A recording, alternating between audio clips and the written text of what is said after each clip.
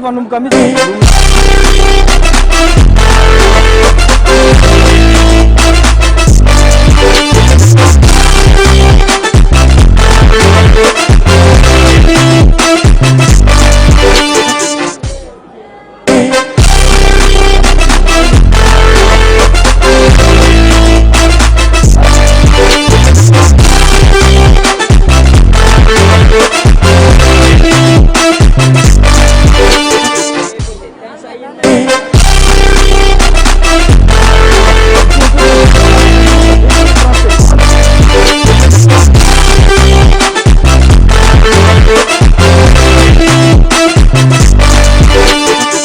Ganjim çatket.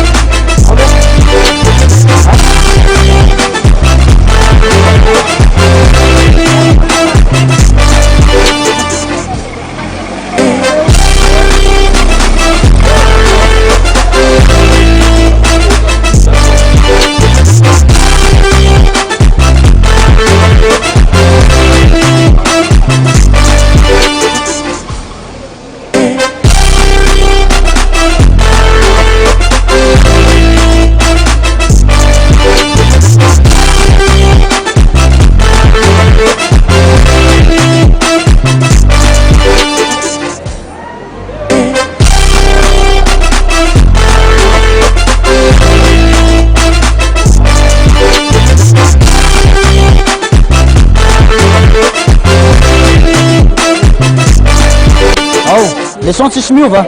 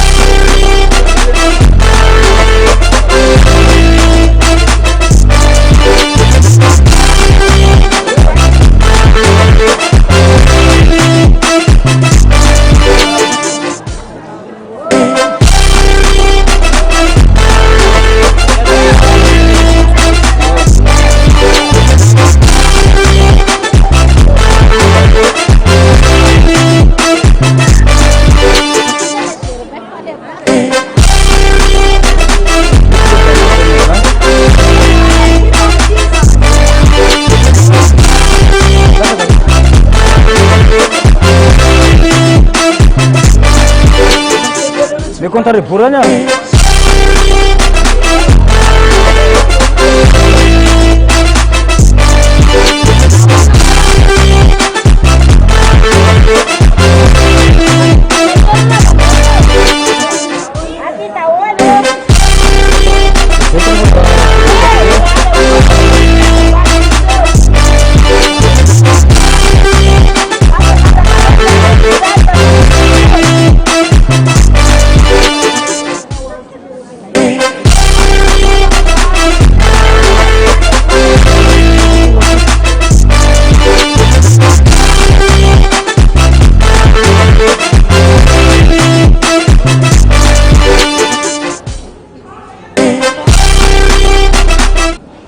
Ya, faly miarabatsika rehetrarehetra zay manaraka ny fahitalavitra MBS amin'izao hariva izao amin'ny 10 ora mahery 10 minitra raha ny ora eto ampelantananay mainga mivantana avy eto amin'ny QG Bel-Air Ampandrana izao fampitana vantana izay ataontsika izao. Tahaka an'izao zava-misy etỳ toerana amin'izao fotoana izao miandry indrindra ny voka-pifidianana izay tanterina avy amin'ireo délégué moa zany amin'ity alina ity. Tsara ampahafantarantsika mpanaraka ny fahitalavitra MBS sy ny MBS radio ary ny radio Mada fa miainga mivantana eto avokoa zany manomboka amin'izao ora ifampiresantsika izao ny fampitam-baovao rehetra mahakasika ny akony fifidianana indrindra fa mahakasika an'izay hoe voka-pifidianana izay voaray tao anatiny izay hoe fifidianana obentanana izay tanterahantsika izay. Omenantsika ny Tsipriany Fandalo ianao ampianinay ny zavatra miainga ety amin'izay QG Bel-Air izay.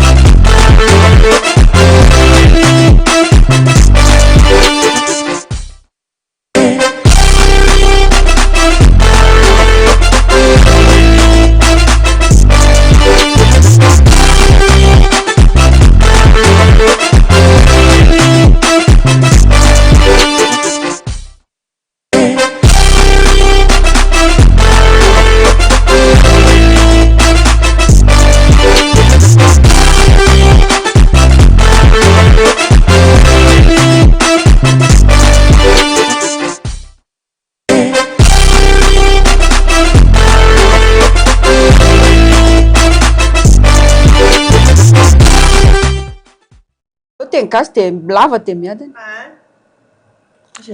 eny azy mamerina trany ny fiarabana ho atsika zay manaraka ny fahitalavitra MBS efa nampiainanao teo moa ny vaovao tsara fantatra ny ambiance ety amin'ny QG Belair-Pandrana amin'izao fotoana izao mafisoko hatrany fa manomboka eto dia avy eto amin'ny QG Belair-Pandrana no iaingany ny vaovao rehetrarehetra manodidina an'izay voka-pifidianana izay voray eto amin'ity ivotoerana ity eto indrindra i Ando Miaratina miaraba ny Ando Miaratina. Miarabanao namana Germain to anatin'izao fampitana mivantana ny vokatra fotsy moa zany makasika ny fifidianana izany ataontsika ny maraina teo zay. Tsara ampahafantarina ny mpijery sy mpanaraka ny fampitana mivantana izao fa vokatra vonjy-maika aloha zany ny voaray hatreto ny zavatra misy de miakatra ireo vokatra ary izay indrindra no entsitsika ampahafantarina an'ireo mpanaraka ny fampitana mivantana hoe manahoana izay vokatra izay Ando Miaratina ndao angamba tonga de tsara ometsika an'ireo mpanaraka hoe inona nanahoana fivoaran'izay vokatra izay voaraintsika izay. Marina ny voalazanao ny namana Germain no enjanahary efa misy moa zao ny vokatra vonjy-maika izay voaray tao am-pelantanana amin'izao ora sy fotoana izao moa avy amin'ireo délégué de vote izay eny mirotsaka antsihatra eny akanjeny amin'izao manangona ihany koa ireo vokatra rehetra tsara ho fantatra makasika an'izay ao anatin'izay indrindra araky ny efa nambara ny namana Germain no enjanahary teo de mirona makany amin'ny fandresena ny candidat Ravalo manana tojo moa zany larana faefatra manana salanista 570 faingo raika amby 20 isanjato amina isam-bato sivy sy dimanjato sy enina arivo sy iray alina. Manaraka azy eo ny candidat larana fafito manana isam-bato raika amby efapolo sy efajato sy arivo sy iray alina amin'ny salanisa raika amby telopolo faingo dimy amby fitopolo isanjato. Ny larana faharoa manana salanisa dimy amby folo faingo enina amby folo isanjato amin'ny isam-bato roa amby enimpolo sy efajato sy dimy arivo. Aorin'izay eo amin'ny larana faefatra moa araka izao vokatra vonjy-maika hitantsika izao ihany koa eo amin'ny larana faefatra misy ny candidat larana fahenina manana isam-bato valopolo sy dimanjato sy arivo eo amin'ny salanisa efatra faingo raika amby efapolo isanjato eo amin'ny larana fadimy kosa no misy ny candidat larana fahatelo manana salanisa ray faingo dimy amby telopolo isanjato amina isam-bato valo amby valopolo sy efajato. Manaraka azy ao ny candidat larana voalohany moa zany manana isam-bato roa amby efapolo sy telonjato amina salanisa aotra faingo dimy amby sivifolo isanjato ary eo amin'ny larana fahafito anatin'ny vokatra vonjy-maika ny larana fahadimy manana isam-bato valo sy roanjato amina salanisa aotra faingo valo amby dimapolo isanjato. Izay namana Germain no enjanahary makasika an'ireo vokatra vonjy-maika izay voaray tao am-pelantanana ina no azonao ambara makasika an'izay. Izay indrindra hoe mbola vokatra vonjy-maika no voaraintsika aloha zany hatreto fa mbola ao anatin'ny fanangonana ny vokatra ireo ekipa rehetrarehetra avy any amin'ireo délégué zany izay miainga mivantana avy eto amin'ny QG Belair avokoa moa zany ny alomezana an'ireo antotanisa izay voaraintsika ireo mafisina trany fa ny firaketana an-tsoratra no ahafahantsika mamoaka an'ireo vokatra ireo izay voaray tamin'ireo Ratsamangaika sy ny ekipa rehetrarehetra izay miparitaka zany tany amin'ireny Birao Fandatsaham-bato ireny fa raha fitina ihany koa ho an'ny androandry Ando Miaratina dia betsaka ny zavatra tsy tomomba natao anatin'ny fanatanterahana ny fifidianana tamin'ity maraina ity. Efa nisy ihany moa zany ny vaovao izay efa nampitaina maro samihafa manoloana indrindra izay hoe tsy fahatomombanana ara-pifidianana izay fa ireto fanadiadiana sy ireto tadim-baovao ireto kosa de hitondrantsika ireo karazana horonantsary sy ny porofo nampisehoany izay hoe tsy fahatomombanana ara-pifidianana izay nitranga androany izay. Toerana maro no nahatarafana sy nahitanana izay hoe tsy fahatomombanana ara-pifidianana izay teo ohatra ny resaka bulletin précoce teo ihany koa ny fitombana olona tamin'ny alalana fiara maro samihafa mba andeha hifidy olona tsy ao anatina fokontany akory nefa manana kara-pifidianana sy mitondra kara-panondro an-datsabato ary voasoratra ao anatin'izany hoe fanatanterahana ny lisy-pifidianana mba ahafahana manao an'izay latsabato izay. Tsikatra avokoa ireny rehetra ireny ary tsara ahafantarany vahoaka malagasy hoe inona marina tena zavatra nitranga ary adidy lehibe ho antsika zany ny mampahafantatra an'izay hoe ireto ireo teboka sy ny tranga hita manoloana izay resaka tsy fahatomombanana ara-pifidianana izay nitanterahina tamin'ity androany ity izay.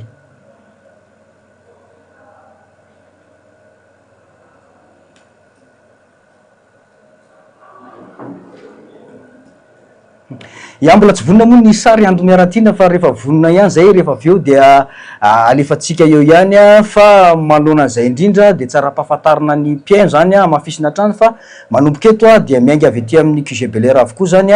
ny fampitana mivantana rehetrarehetra ny zavatra mitranga manodidina nyity tontolo ny fifidianana ity indrindra fa ireo angom-baovao manoloana ny fivoaran'ny antotanisa izay voray amafisiko atrano fa antotanisa vonjo maika no menantsika eto antotanisa izay raisina amin'ny alalan'ireo firaketana an-tsoratra izay voarain'ireo délégué des candidats sy tao anatin'ny PV zany tamin'ity tontolo andro izay nanatanterantsika ny fifidianana ity sombotsombony ihany zay efa nomenantsika teo izay farany zava-misy ny tendance izay mandeha aloha zany hatreto dia manana salanisa ambony isika ary mitarika ny candidat larana faefatra amin'izao fotoana izao fa mbola betsaka zany ny mety ho fivoarana ao anatin'izany satria mbola misy ireo vokatra izay tsy azo fa mbola ezahantsika hoe ao anatin'ny fanangonana ireo ekipa amin'izao fotoana izao andro miarantina akoatra izay nanahoana ny fahitanao sy ny fijerinao satria ianao ihany koa tena kianja ho an'ny androany malona zay resaka tsy fahatomombanana ara-pifidianana zay izay indrindra namana Germain Omenjanahary moa zany akoatra ireo efa voatanisa-ny Germain Omenjanahary teo maro be ireo trangana tsy fanaran-dalàna moa zany izay natsikafony rehetra mihitsy sy nandritra ity andro ny latsabato ity izay fifidianana moa zany no resaka izay tena iankina ny fiainam-bahoaka kanefa dia akototoa ary tandra metaka tsy nanara-dalàna ry fenosoka izay ngamba no azo amintinana izay latsabato natao any androany izay isan'ireo nanatsikafona moa zany ny tsy fahatomombanana maro tamin'ity fifidianana ity ihany koa ireo fiarahamonim-pirenena nisan'izany ohatra ny safidy izay nitatitra ny fomba fanaramaso moa zany ny fisokafan'ny birao fandatsam-bato hatramin'izay hoe fizotran'izay latsabato ho an'ny androan'izay ho an'ny olo-pirenena kosa dia mazava fa hoe mijoro izy ireo hiaro ny safidiny ao anatin'izay efa tonga saina ny olo-pirenena rehetra moa zany mahalona an'izay satria ny safidin'izy ireo mihitsy no avoatotoina ao anatin'ity resaka ty zao any izay takina ohatrany ny fandraisana ndraikitry ny rehetra sy fijoroany rehetra ao anatin'izay namana nome Germain moa zany ao anatin'izay moa efa voalazanao teo ihany koa fa mitarika makany amin'ny fandraisana moa zany ny candidat Ravalo Mananatojo na eo aza ireo endrika hoe tsy fanaran-dalàna samy hafa ireo misy ihany koa ny azo lazaintsika ao anatin'izay hoe inona no azo ilazana an'izay zany raha zavatra misy hoe tsy naomby ve zany mipaipaiky an'izy ireo tao anaty lesa hoe inona no antony natonga an'izao sa ny olona mihitsiny no efa hoe tonga saina ao anatin'izay azonao mbara ka zay indrindra andro miarantina tiako isaorana indrindra ny vahoaka Antananarivo efa naneho fisaorana moa zany ny filo Ravalo Mananamarika mahakasika an'izay hoe fasahiny olo-pirenena nijoro tamin'ity androany ity satria raha ny angom-baovao izay nataontsika dia saika nanerana ireo boribory tany enina natarafana zay hoe tsy fahatomombanana sy hoe fikasana anohosoka zay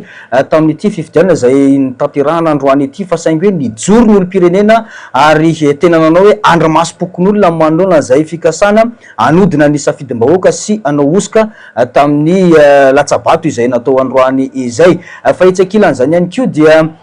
zavatra tsikatitra hoe tena vonona ny olona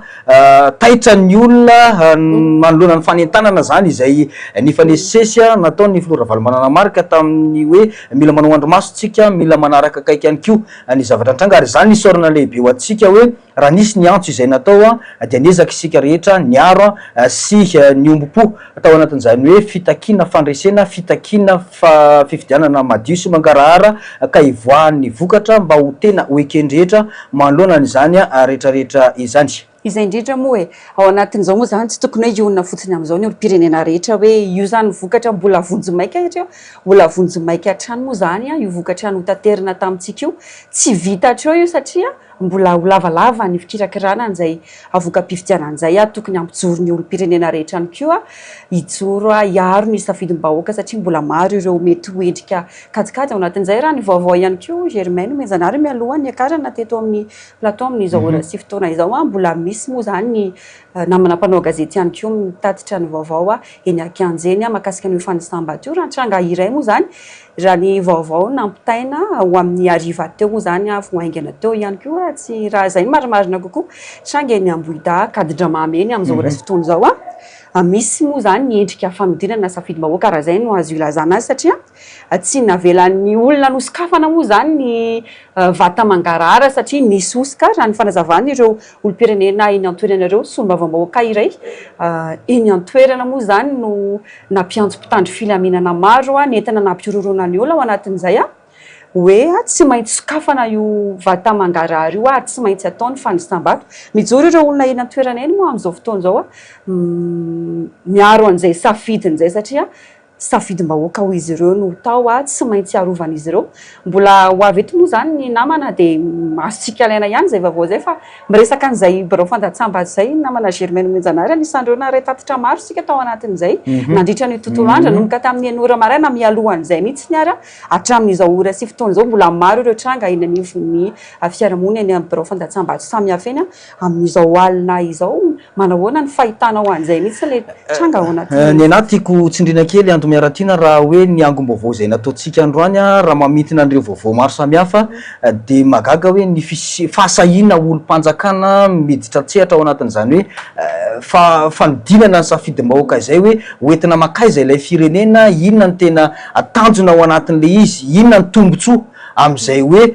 tombotsoa-pirenena ny tiako apetraka ao anatin'le izy hoe inona ny tombotsoa-pirenena ahafahanao hoe anodina ny safidy-bahoaka manoloana an'izay zavatra izay satria raha miresaka tsika hoe resaka osoka zay nandeha maromaro tao any anatin'ireny birao fandatsaham-bato ireny ando miaratiana saika voatonina foana matetika ny sefy tany ary misy ny hoe solombavam-bahoaka miditra tsehatra ao anatin'le izy firaisana tsy kombakomba ohatra ny teny anosy zato antsinanana teny zao dia nahatarafana an'izay hoe ny lehibe pokotany mihitsy no maniraka olona hoe alefasondray ny manaraka tahaka an'izany teny 67 hectara teny zavatra tahaka an'izany zany isan'ny manahira-tsaina hoe tsika makaiza ilay firenena inona ny tombotsoa an'ireny olo-mpanjakana ireny inona ny tombotsoa ambonin'ny firenena manoloana ny zavatra tahaka izany hoe manoloana ny zavatra tahaka izany hoe anodinana ny safidim-bahoaka efa vonona ny sary makasika ny zavatra tranga teny Ambatomaro teny ndao arahantsika avy hatrany aloha zay ando miaratiana ary izay tsika miverina miresaka amin'reto mpanaraka atsika ihany.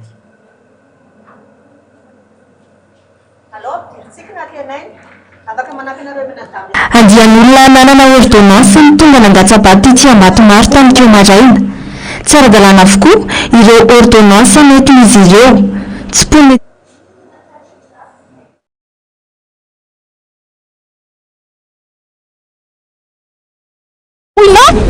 fa misy olona efa maty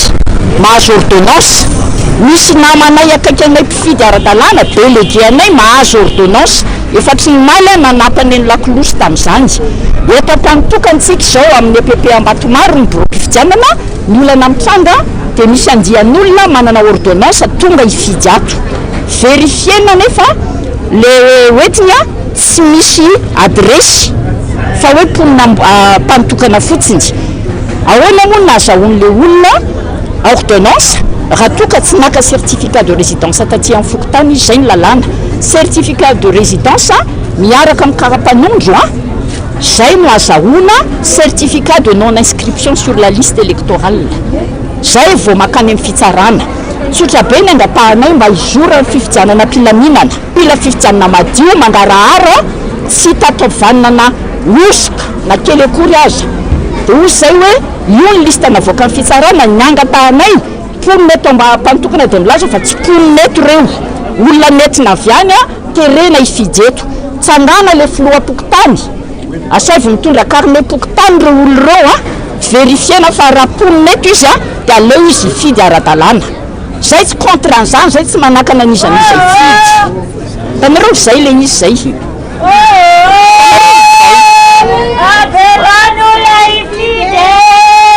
Ankoatr'izay, misy tompon'andraikitra ity an-toerana mitarika korontana milaza fa tokony avela mifidy ny olom-pirenena na inona tsy fahatombanana eo amin'ny taratasiny.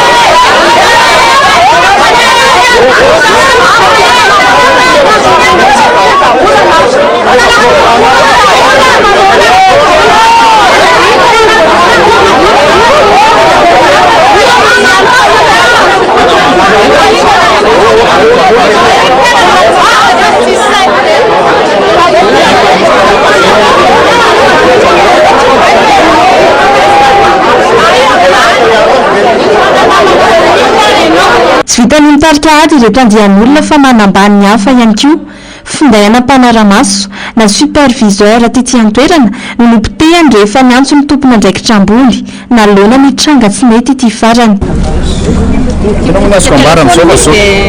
Za mamono telefona, za ndeha ohatra zao ndeha hamono le telefona fa nisy olona avy miantso.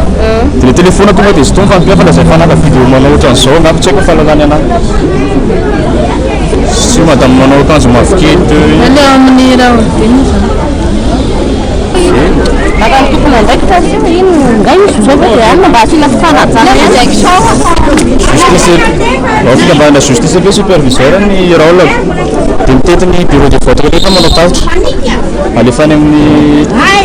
amin'ny président Bukasa taminy dia nefa dia tonga tia maina le vaovao dia fe tsy naka ny minina tsona teo farany teo dia tonga dia tsy tonga le telefona fe za fa andeha ho any amin'ny fokotany andesa indray dia zao tratrany loatra an'izao na hitaraina amin'izy asy konkonga misy afaka nan'olany telefona. Mangataka noho izany ny tia amin'ny fokotany Ambatomaro mba hijereny ny tompona andraikitra mahefana izao fanararota ampahefana izao. Eto zany misy olona mieritreritra hoe akaikina olona eo amin'ny fitondrana. Tia raharaham-pirenena tia atao ty. Zao fotsiny mba afatra ay misy fetra ny fahefana io. Misy fetra ny fahefana io. Fa anazy aloha le fahefana amin'izao dia avy alao izy hitabataba, avy alao izy hanao an'izay zavatra tiany atao eo, afaka manatota telefonina n'olona izy, afaka mamelaka olona izy, avy alao izy hanao an'izay. Zao fa anao mangina fotsiny tsika ho hita eo voka-pifidianana nararivo. Io ange hoa teneniko anareo itsika vahoaka amin'ny miady eo. Ny olona ry amin'ny Carlton na mifandombera, miavana daholo ireo olona lehibe reo, fa andao tsika miavana. Ny olona ampiadina, eo ve ianao dia misotro jus dia anina dia zay anina, zao ny atao hoe anina, fampideradera eo tsika amin'ny miady eo. Samy majinika zao ihany. Anareo mifahefana zao dia ataovy izay tianareo atao miandry sy mangina amin'ny vahoaka, aleo hifidy malalaka izay ara-dalàna, izay tsy ara-dalàna kosa dia aleo tsy hifidy, arao daholo le izay teneniny ny président bureau de vote. Zay ngamba ny afatra dia mangataka antsika hisy fitoniana le izy fa aleo izay anakorotana eo mangataka le mpitandro amin'ny filaminana zay rehetra tena mivazavaza kosa ny olona zany aleo mba hifidy milamina fa tsy vao misy zavatra kely dia ohatran'ilay misy baolina maty ireny aleo mba hifanaja samy olon-dehibe Ambato maro teny no anarahantsika teo iny trangan-javatra izay rafitinina moa zany dia andian'olona nanana ordonnance tonga an-datsabato teny amin'ity fokontany ity saingy tsy ara-dalàna avokoa ireo ordonnance ireo satria tsy pony eny an-toerana izy ireo ary tsy manana adresy akory ny ankamaroan'izy ireo mazava ho azy fa tafiditra ao anatin'ny resaka osoka izany rehetrarehetra zany. Nantenaina Rakotonirina miarabanao tonga soa eto amin'ny plateau amin'izao hariva izao. Miaraba ny Germain dia miaraba ny Ando amin'ity hariva ity misaotra anareo nanasany tena hiaraka aminareo atao amin'ity ary ny fifidianana ity. Rabanao tompo ao anatin'izay indrindra moa zany miresaka an'le fanadihadiana teo isika ny zavatra mahavariana moa zany mahasentana raha ny tena zay ny marimarina tokoa hoe ny olom-pirenena izay tom-pahefana mihitsy no miaro an'izay hoe osika sy alabazera ny tranga moa zany hitantsika tao anatin'ny fanadihadiana teo iny amin'ny mampandinika raha-pirenena moa zany tsy fantatry ny olom-pirenena avy hoe inona ny tena andraikitra sy azony ary efa misy fifidianana ohatran'izao azonao hazavana tsotsotra avy hoe ina avy ireo zosy andraikitry ny olom-pirenena rehetra rehefa ao anatina vanimpotoana mpifidianana ohatran'izao tsika. Misaotra ny Ando amin'izay fanontaniana izay ny andraikitry ny olom-pirenena voalohany indrindra dia hoe ny mandeha mifidy satria andro ny fifidianana ary ny zavatra tena hita sy ny songadina indrindra zany tamin'ny fanadihadiana natao teo iny dia hoe ordonnance. Ny ordonnance moa zany dia raha navoakansiny dia hoe ireo olona verezony tsy ao anaty lisitra fa nampidirina tamin'ny fotoana farany ao anaty lisitra dia namoahana ordonnance. Ny arahantsika nahita nefa ny rehetrarehetra ny ara-nahita hoe nanahoana no fomba nanomanana ilay ordonnance sy ny fomba fivoahany rehefa avy eo izay tena nampametra-panontaniana ary lasa tsy nahinona feo ny mpikaraka ny voamera-pirenena mikarakara ny fifidianana mahakasika an'izy fa dia lasa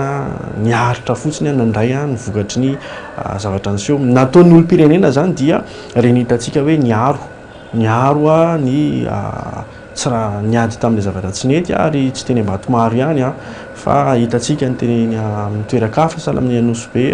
hitantsika ny teny amin'ny toeran-kafa ihany koa toy ny teny Anosy zato dia nitranga ny ataoko hoe finiavan'ny olom-pirenena nanohatra an'ilay izy fa tetsakilany anefany hitantsika ihany fa niezaka ny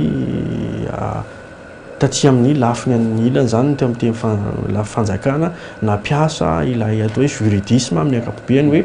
rehefa nomena ordonnance ilay olona dia tokony hifidy araka nambaran'ny Germain hoe olona tsy mipetraka eo amin'ilay tanàna akory dia nomena lalana afaka hifidy rariny dia rariny tokoa mponina raha toka miadiny amin'izany satria zay nge nitadiavintsika ilay fifidianana tsy mangarahara sy fenosoka ohatr' izay nge ilay miteraka an'ilay korotany ary rariny dia rary ny olom-pirenena raha niaro an'izay satria miaro ny tsisian'ny korontana izy miaro ny tsisian'ny alatra izy satria izay no mampiteraka korotana sy mampiteraka olana. Ny zavatra tsara tsopiana ihany koa dia hoe tsapa dia tsapa fa ny hena nampiena ny favotrian'ny olona ny fidy ilay fahinona ny tranga toy ireny satria sahala amin'ny tia-metraka ny olom-pirenena hoe manahirana ity fifidianana ity. Ilay fifidianana zany tsapan'ny olom-pirenena hoe tsy mandeha amin'ny laoniny ary tsy mandeha araka ny tokony izy zay zavatra andrasan'ny olom-pirenena satria nanomboka tamin'ity fifidianana ity dia tsara mare antsika fa nanomboka ny resaka viana ny candidat rehetra zany hoe izay candidat tsy ny resaka viana zany dia niavaka teo fa nampiavaka ny candidat mpanjakana dia izy nizara zavatra fa ny candidat ambony sasany kosa dia hita hoe nampiseho toetra araka ny tokony izy izay le politiquement correct izy ny fitenenana naneo an'izay ny candidat hafa dia ny olom-pirenena zany tsara an'izay nandinika an'izay ary izay ny nataoko ngamba ny fahisan'ny antony natonga ny olom-pirenena ny joro hoe tsy mety zao dia nitoheriny zareo ohatry ny teny Ambatomaro iny zany zao. Ny zavatra isan'ny tena malasa saina ihany keo anatin'ity resaka hoe osika sy alabato ity nantenaina dia hoe ahoana moa zany ny fomba azahoana bulletin précoce sy paritana bulletin précoce manoloana natranga ohatran'izao satria mazava be tsika fa manana voamera-pirenena maleo tena mikarakara fifidianana ary efa nambara foana hatramin'izay hoe fifidianana madio sy mangarahara iketsika misy vola totona mba ahafahana mifehy an'izay zavatra zay ary isan'ny fepetrany raisitsika tamin'ity fifidianana ity ny hoe tsy natota teto ilay bulletin fa natota tany Afrika Atsimo magaga nefa hoe tonga eny ampelantanan'ny olona ny bulletin précoce ho anao mpandinika raha-pirenena. Tena fanontaniana zany dia tsy apetraka afa-tsy any amin'ny CNI navoakanareo meloa ve ny matrice ny bulletin unique dia nisy nanao impression teto toerana sa ianareo no nanome ilay bulletin unique ho ana candidat anankiray fantaniana mipetraka io raha ny tena izy zany zavatra tranga zavatra tokony io zany dia tokony misy fanadihadiana lalina ary tsy tokony hipetraka fotsiny ny candidat zay nahita satria tafiditra ao anatin'ny oso karaha-pifidianana reny dia tokony anaovana fitoriana efa nisy ohatrany tamin'ny fifidianana solombavam-bahoaka zao efa nisy ny solombavam-bahoaka nytory fa hatramin'ny androany aloha mbola tsy nivaly ny fitoriana nataony izy ireo izany hoe mba hisorohana zay foana zany ny tanjony hisorohana ny korontana hisorohana ny lonolony ara-pifidianana satria raha antsika malala fa ny fifidianana foana no miteraka korontana sy krizy eto amin'ny firenena dia ny sinizany tokony mamaly mazava hoe fa honana tonga aneny ary nisy porofotokotrany aloha hitantsika ohatrany teny amin'ny Ambotso raha tsy diso dia tena nisy bulletin précoce navoakany olona teo amin'ny Tambajotsa serasera tamin'ireo olona zay hita sitratra zany fa sady nanana kara-pifidianana maromaro izy no mitondra bulletin précoce dia ny seni zany no tokony antanindreo antoko politika indrindra fa reo candidat rehetra zay nandray anjara hoe ahoana ny voan'ity bulletin unique ty tato aminareo dia tokony mamaly ary mila mamaly an'izany farany manodidina zaitra ny alohan'ny anarantsika ny fanadihadiana manaraka ny mahakasika an'ilay resaka hoe olo-mpanjakana miditra tsehatra amin'ity resaka fanaovana osika sy firaisana tsokombakomba ity ianao eto mpandinika raharam-pirenena azo eritreretina sy ekeny saina ve ny zavatra tahaka an'izany ohatra hoe sefipokota ny olo-mpanjakana ambony tafiditra ary miaro zay resaka hoe fanaovana osika sy alabato izay ny zavatra manahirana eto amin'ny firenena dia nitsapa tao anatin'izay fotoana lavalava zay 10 taona zay hoe tena hoe ny isany hoe ny ainako politika dia miheverina atao hoe etika amin'ny fanaovana politika lasa tsy mikatsaka ny tsara kokoa zany ny mpanao politika ankehitriny fa te hifaninana amin'ny fanaovana zavatra tsy manjary raha zay no azo ilazana azy zany zavatra zany ange mety androany isika misy manao azy ianao mitondra fa raha pitso mety averin'le olona mpitondra andimby anao eo ve zay dia ahoana ny fetraikan'izay amin'ny fiainam-pirenena satria raha indraindray mantsy manana fomba fisainana sy fomba fijery ohatr'izay ny antokony indrindra rehefa mitondra manao hoe ianona raha nanao an'izao tamin'izy nitondra dia midika ve zay fa iny koa no tokony ho arahana zay le tena hoe very lay etika amin'ny fomba fanaovana politika lay fiheverana hoe tokony hanao ny tsara kokoa zany hoe zay hatramin'izay nge nisy hetsika teto Madagasikara dia hoe hanova isika fa ny mahagaga dia toa manao ratsy lavitra noho no nataony teo aloha ary no ataon'ny tompona ndraiky ankehitriny manao ratsy lavitra mihitsy dia izay fihetsika izay tena mitarika mihitsy ary isan'ny tena mahatonga ny olom-pirenena mihitsy leo politika zay dia zay zany mila averina ty amintsika toko politika ny resaka sy nadevitra hoe ahoana ny amerenantsika ny lenta sy ny lanjan'io politika io fa ny fienan'ny lenta ny fanaovana politika sy ny etika fa ampiasaina amin'ny politika no mahatonga antsika toy izao dia tena mila heveriny antoko zany ary za mahita hoe tsy mendrika raha iza raha tompona andraikitra ambony mipetraka amin'ny toerany te hipetraka hoe ray aman-dreny eto amin'ny firenena no manao an'izany dia ataoko fa tsy mety ary tsy mendrika ny demokrasia zany alapeko kely Germain manitsikika kely moa zany tsy voa izao hoe Madagasikara no niatrika fifidianana voaingana teo zao ny fifidianana solombavam-bahoaka mambolana vitsy mialoha teo zay ao anatin'izay zao manahoana ny fampitahanao raha ny zavatra nisy tamin'ity fifidianana communauté sy ny fifidianana solombavam-bahoaka farany teo maro ireo lesika efa natsikafina tao ihany koa fa mety anahoana ny mety hoanareny zay mety mbola manana no avy ve ny fifidianana eto Madagasikara raha ohatra izao foana no ho ataontsika mamanao an'izay ny fifidianana aloha zany zay politika moa dynamique tsy afaka hitentsika hoe tsy maintsy hijanona amin'izao foana ny toera raha politika eto Madagasikara afaka 10 taona manaraka eo fa heverina fa samy andinika ny antoko politika rehetrarehetra ny amin'ny hoe ahoana rehefa isika no mitondra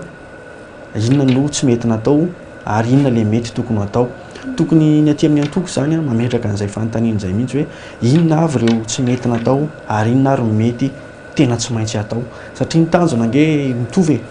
atonga ny Madagasikara ho firenena mandroso miponina ao amin'ny adana finaritra araky ny hiram-pirenenantsika dia tokony hifantoka amin'izay zany ny antoko politika ary ny antoko politika raha teo no miomana sy hiomana hitondra firenena foana dia mipetraka aty amintsika antoko politika mihitsy zany hoe sady mila manana vintsika no mila manana etikitsika satria ny antony firenena no entina ary fiainam-bahoaka ny lalaovina rehefa korotanina sy ataoko totokoatran'izao foana ny fifidianana eto Madagasikara. Iverenako kely maranako mifaneho-kevitra ilay ordonnance. Ny ordonnance zany azo everina mihitsy raha ohatra hoe olona tsy mipetraka eto Antananarivo mifidy eto Antananarivo raha fifidianana nasionaly le izy. Ataoko mazava le izy ohatra za mipetraka ao Antsirabe dia manao mission eto Antananarivo za tena izy za inscrit ao Antsirabe hifidy mibe ny tanàna an'Antsirabe zany tokony ataoko fa tsy tokony andeha hifidy mibe ny tanàna an'Antananarivo satria élection de proximité na locale io fa tsy élection nationale. Eo zany dia fa mampisy adevitra tsara mihitsy ilay atao hoe ordonnance ary hita tsara ny tsy fitombonany ary rariny le olona raha manao ohatran'ilay satria olona tsy mipetraka eto Antananarivo no handeha hanapa-kevitra ny amin'ny rarahana Antananarivo. Ataovy ohatra fotsiny hoe iza zany tsy misoratra akory any Antsirabe dia manao mission dia andeha hifidy ao Antsirabe tsisy fantatro akory ny ao mandalo ny ataoko ao tsy rariny le izy ary hita hoe tsy ara-dalàna le izy ary hita hoe kototo le izy raha ohatran'ireny mety nanaovana anazy. Fa za mino fa aoriana andray lesona tsika ajanonay lesona mpanao politika hiteny hoe ty le tsy mety natao ary ty mety tokony atao. Mbola te ametraka fanontaniana be fa ndao no arahantsika indray ty fanadiadiana teny andray soro ity mahakasika indrindra zay hoe tontolo ny fanatanterahana fifidianana sy ny latsabato androan'izay.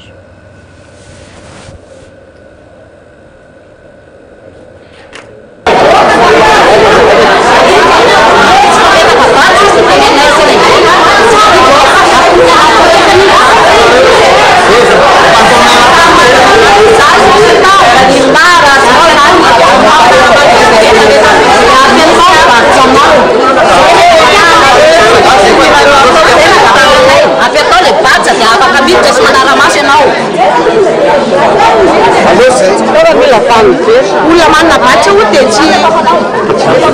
Angkat baju. Ini mas ini baca kita sabutkan permasi. Ini nih gimana biro terkotor masa itu. Sisi kira kita sabutkan permasi. Kita sabutkan coba kami coba biro permasi. Misy trangana tsy fahatombanana hita ety amin'ny boriboritany fahadimy tao amin'ny EPP Andraisoro. 7 isanjaton'ny olom-pirenena misoratra anarana anaty lisy mpifidianana mbola hita tao anaty lisitra vaovao navoakan'ny CENI. Misy noho izany ny doublon teto amin'ity toerana ity. 399 masivy amin'ny 0.7 nisan'ireo anaty lista additive par ordonnance. Vao maraina zay tonga tetỳ dia nanara-maso satria ny expertise nataony antokotiko Madagasikara mazava be 7 isanjato ireo anaty lista additive ireo tompoko dia efa ao anatin'ilay lista électorale naretena tamin'ny 15 mai 2024. Ny dikan'izany raha sady ato amin'ilay additive ianao no ato amin'ilay listra iray dia tsy afaka mifidy ianao hoe doublon dikan'izany. Dia rehefa miteny zay hoe ataovy mazava eto hoe aiza le additive dia aiza le listra tsotra afahanay mikompare ary mangataka izahay hoe alomba confrontena foana niza miditra eo fa tsy nahazo valiny mahafapo zahay fa teny antso-jay sy ny hoe asanay.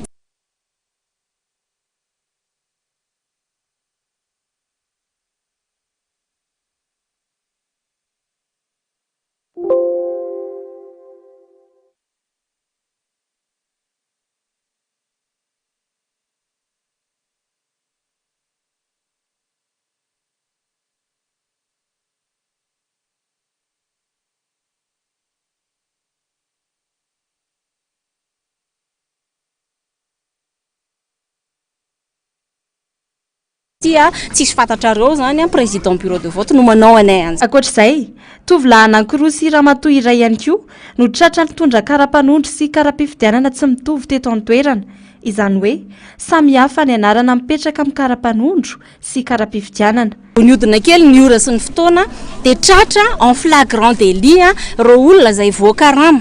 Izy no aoka ilaza hoe izy naniraka azy fa ny réalité dia izao manana kara-panondro izy dia manana kara-pifidianana izy fa tsy mitovy ny zavatra ao anaty kara-panondro sy kara-pifidianana. Avy eo le sary anaty CEN mbola tsy sarin'le olona ihany koa.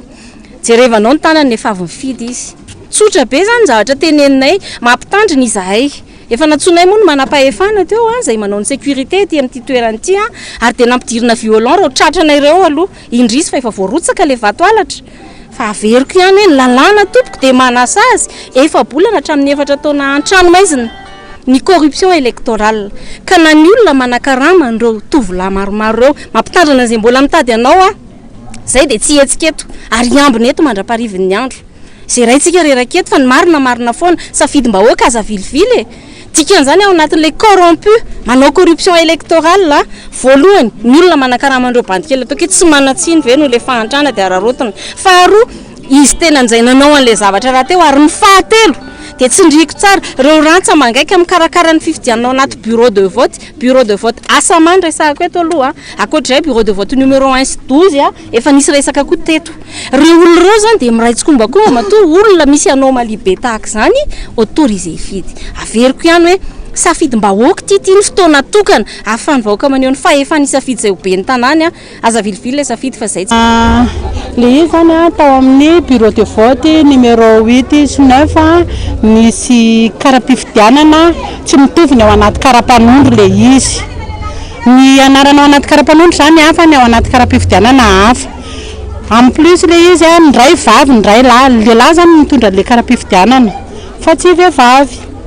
zay ny zavatra nisy teo dia efa nentinao amin'ny polisy moa izy mbola tazomin'ny polisy ao hatramin'izao dia io tsy niany ihany misy fa natato koa rehefa nisy tao amin'ny bureau de vote numéro 1 ny bureau de vote numéro 12 koa nisy olona nifidy tsy hita le olona nifidy nefany fa anaran'olona hafa mivita somita amin'le izy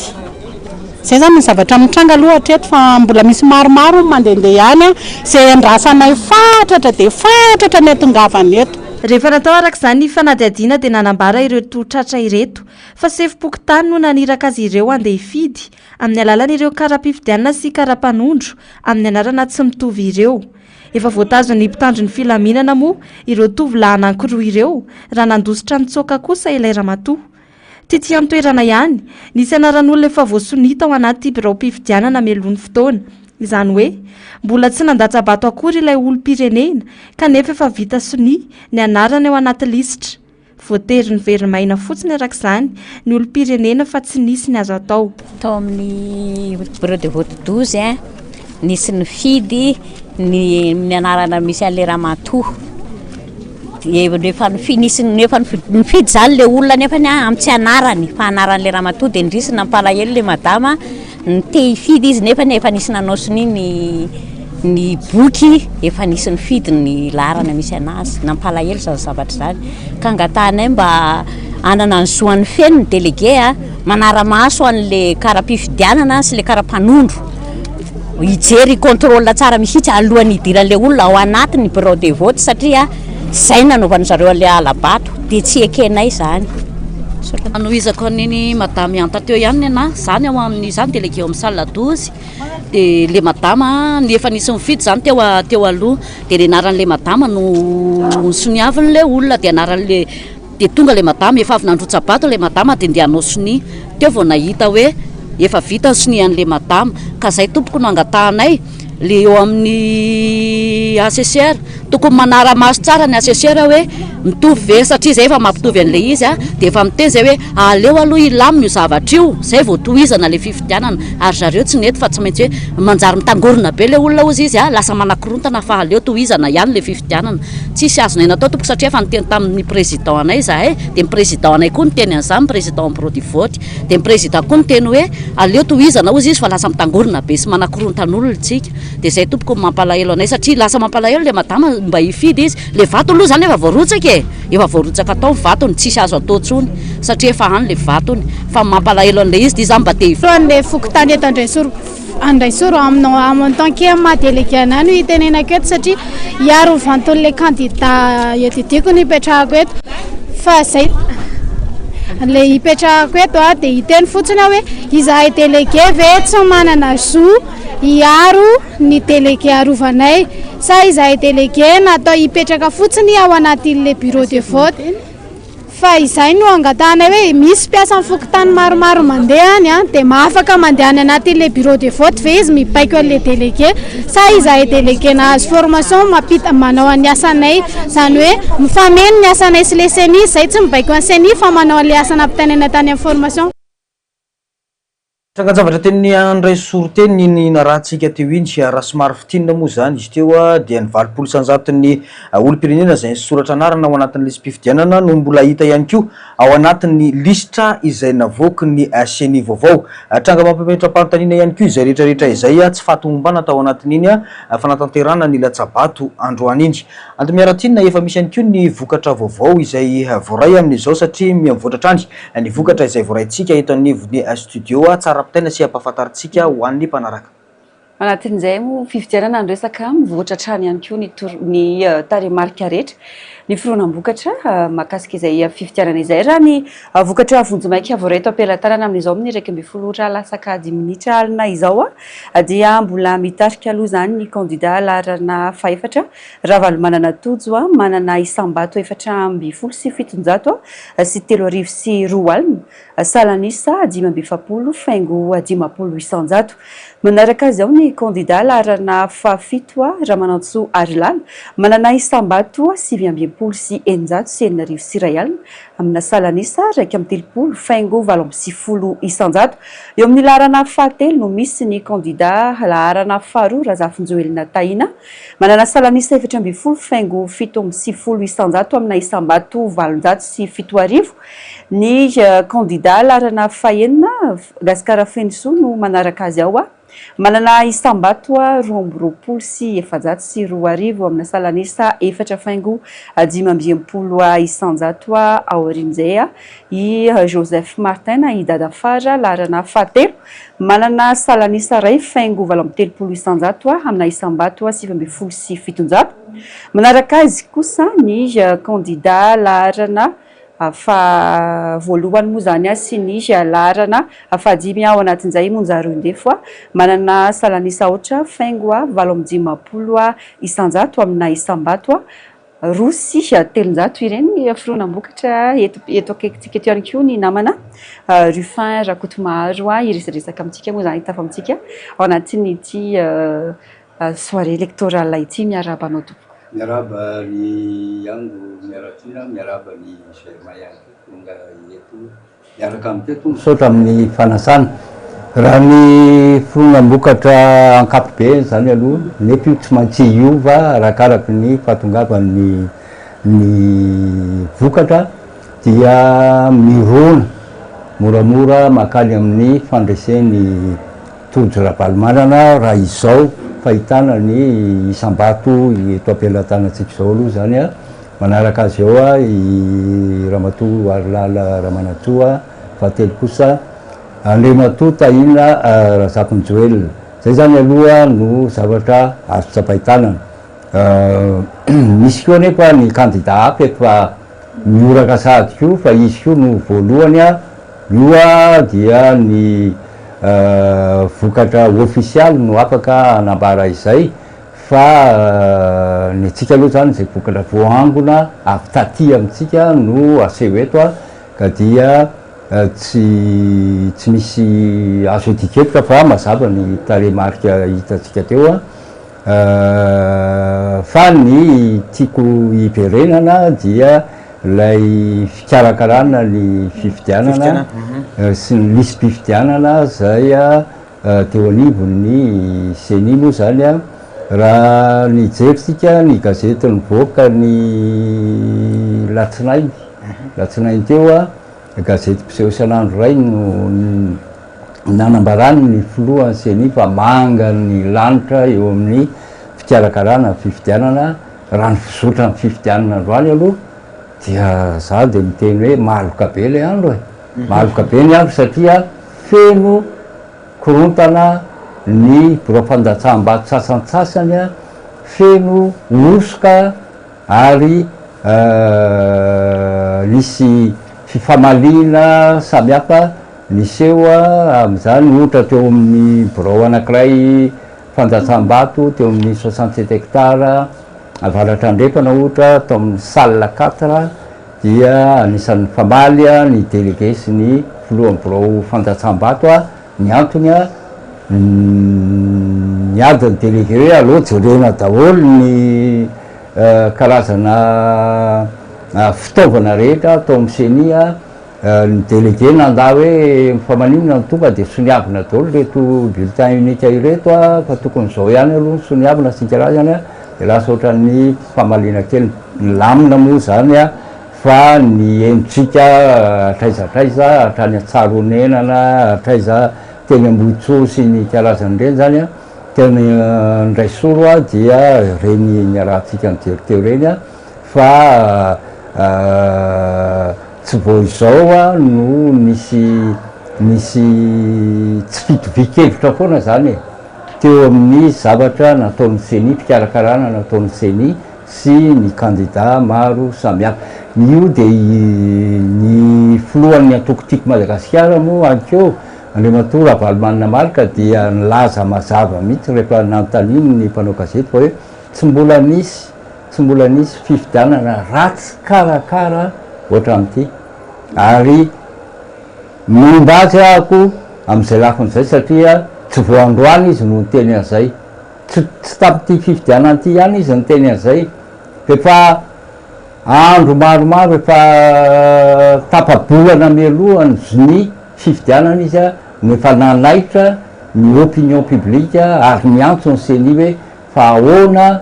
no fikarakarana-reo a nyty fifidianana ity ny somary nampalahelo fotsiny de androany a le candidat dimy hafa voataitra hoe andao a ajoro ny andromaso a efa tara loatra le machine fanodinana vato sy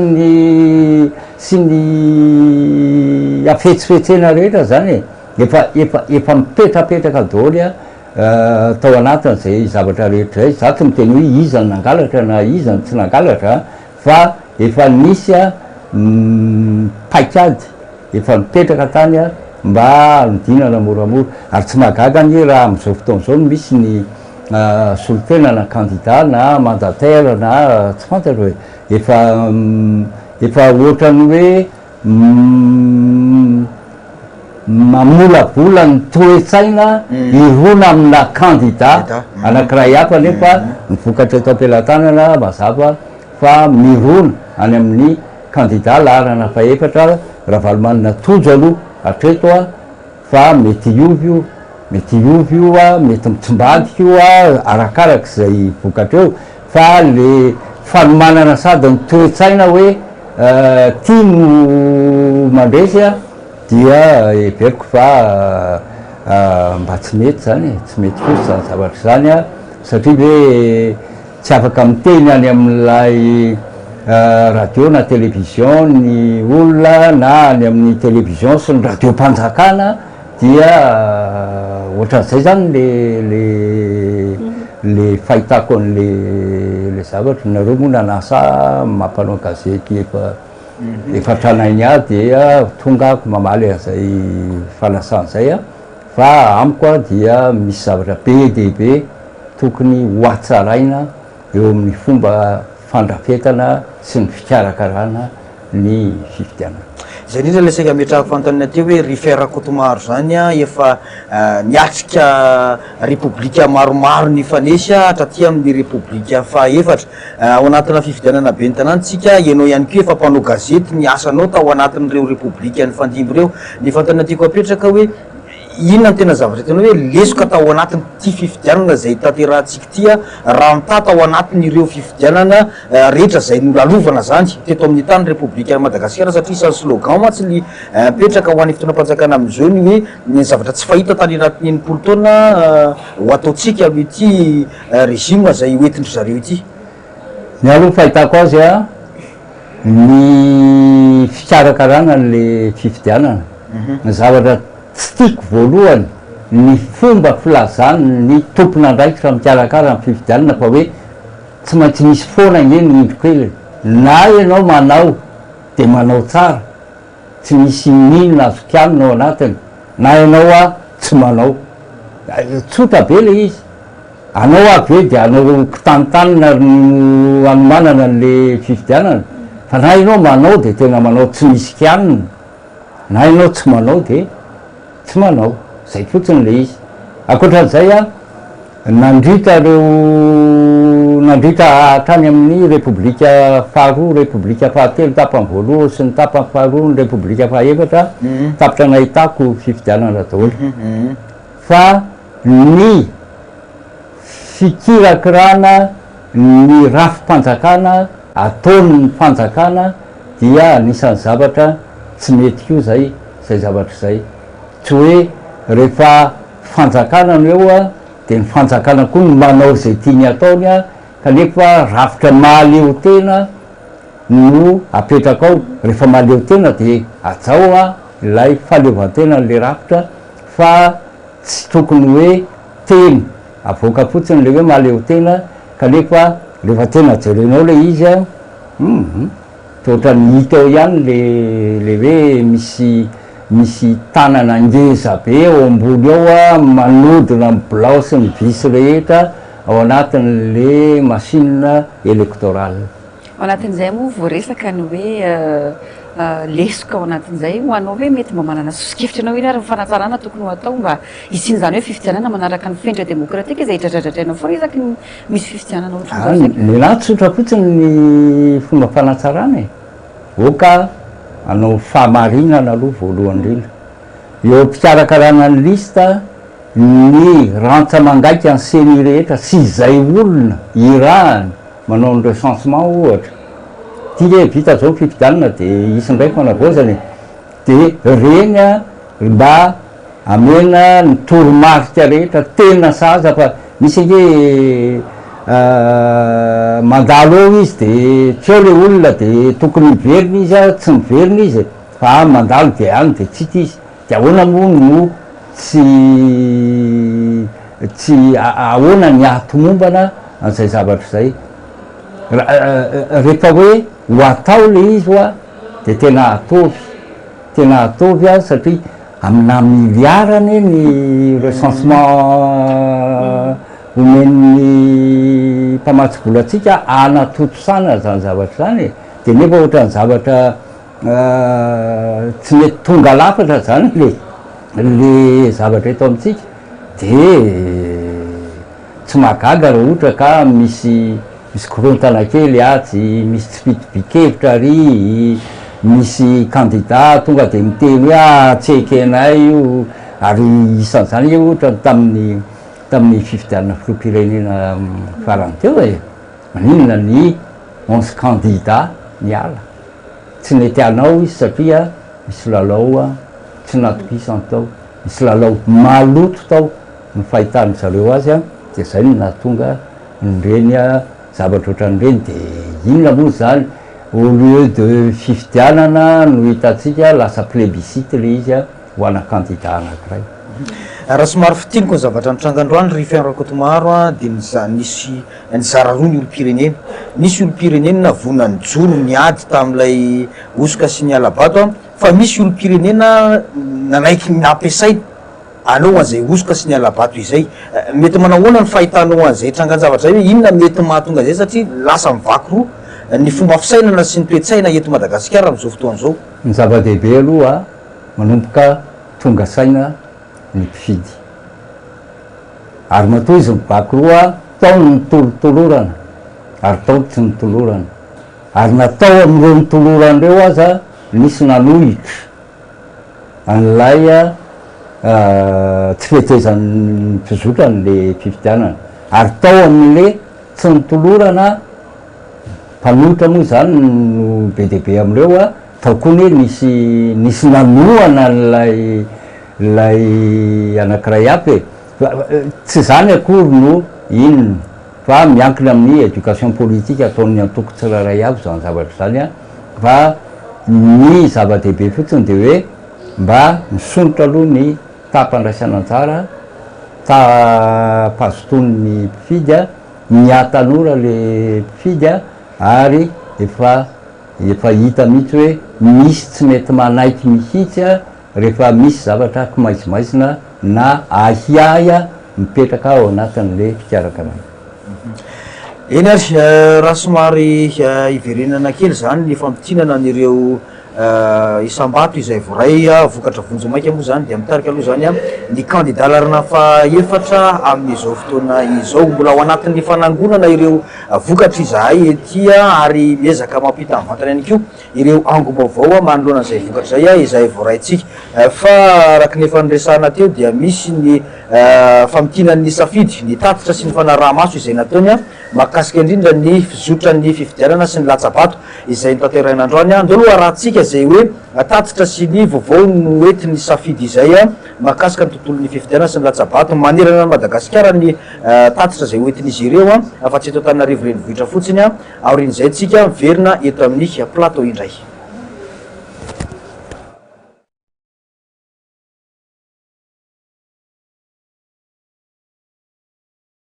Pirenena tsy nitondra kara-panondro-pirenena kanefa navelan'ny fidy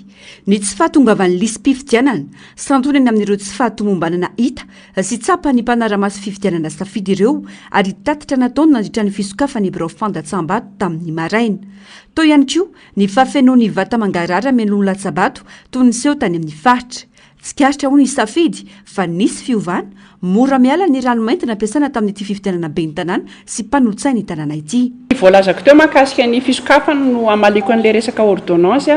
ny tamin'ny birao mpifidianana naranay maso dia misy ireo mpikambana amin'ireo birao mpifidianana ireo zany tsy mahavoafehy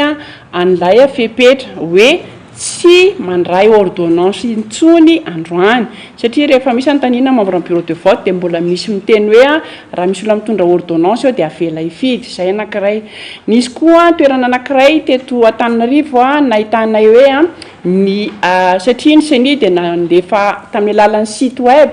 ilay listin'ireo isan'ireo olona amin'ny ordonnance isaka birao mpifidianana. Rehefa jerevana zany tao amin'ny CENI dia tsy ahitana hoe misy ordonnance ilay birao mpifidianana dia nefany ny ekipa mpanara-maso kosa nahita birao mpifidianana anankiray nahitana listra maherin'ny 700 eo zany lazaina fa afaka mifidy amin'ilay salle anankiray birao mpifidianana. Isan-karazany olona mipoitra ohatra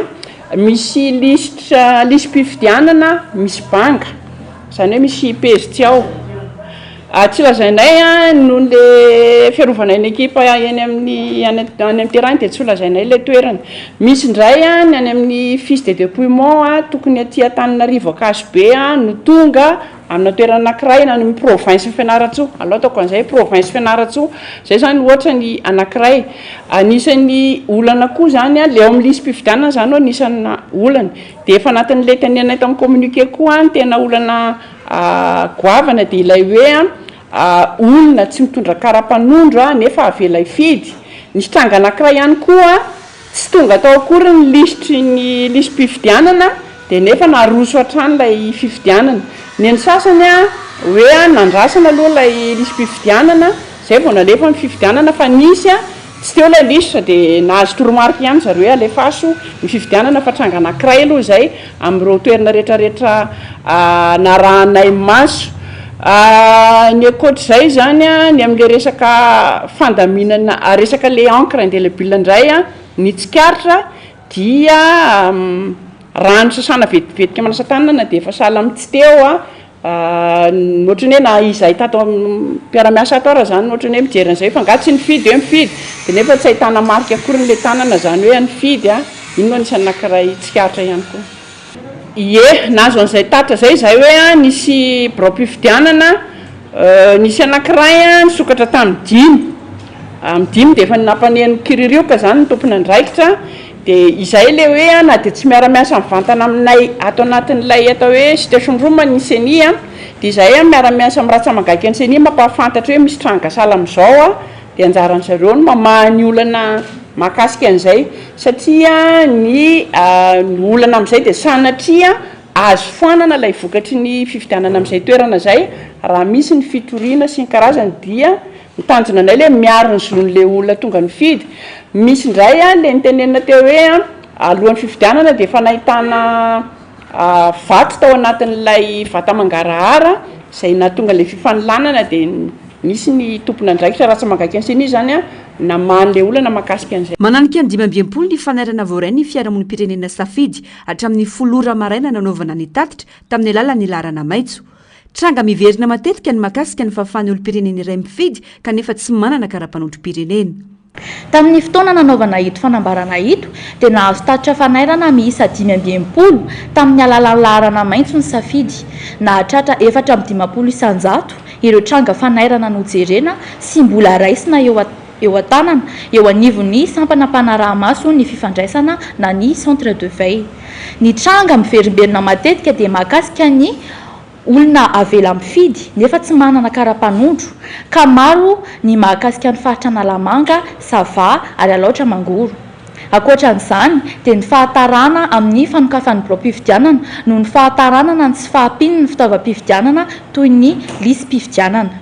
Nananja ny ora fisokafana tamin'ny anora maraina ny 7,400 ny birao fandatsambato tamin'ireo birao-pifidianana 7,700 manerana ny nosy nanaovan'izy ireo fanadihadiana. Ohatra faingo 500 nisy fahatarana adiny iray mahery ny fisokafany birao fandatsambato, 10,400 amin'ny birao fandatsambato na Raimaso tsy nananja ny toromarika momba ny fanaovana tsapaka ireo mpikambana roa mpanao soniny bileta tokana araka ny voalazan'ny lalàna. Ny tsy fisian'ny atsapaka io izay mety hisy fetraikany ratsy amin'ny famarinany latsabato raha ny fanamafisana. Ray faingo ray 100 amin'ny birao fandatsambato dia nahitana olona ankoatra ny mpikambana amin'ny birao fandatsambato no nanao soniny ao ambadika ny bileta tokana izay tokony hitarika amin'ny fanafoanana ny vaty voakasika izany hoy ny fanamariana. Ya zay nitatitry ny safidy zany firaisamonim-pirenena safidy manoloana izay hoe fizorantsika tao anatin'ny latsabato an'ity andro an'ity tatitra manerana ny Madagasikara moa zany tsy nonetin'izy ireo tao anatin'iny fanadiadiana iny fa amin'izao fotoana izao dia mivoatra trany sy ny vokatra izay voaray eto ampelantanana ndao andro miaratina tonga dia omena ny mpanaraka antsika avy hatrany zay. Atao izao indray ara ny aforonam-bokatra vonjimaika amin'izao ora sy fotoana izao araka ny vaovao voaray eto ampelantanana tsy mitsahatra mivoatra trano moa zany izy ity satria taremarika eto no resaka eo amin'ny tarika vonjimaika moa zany toy ny teo aloha ihany ny candidat Ravalomanana Tojo larana faefatra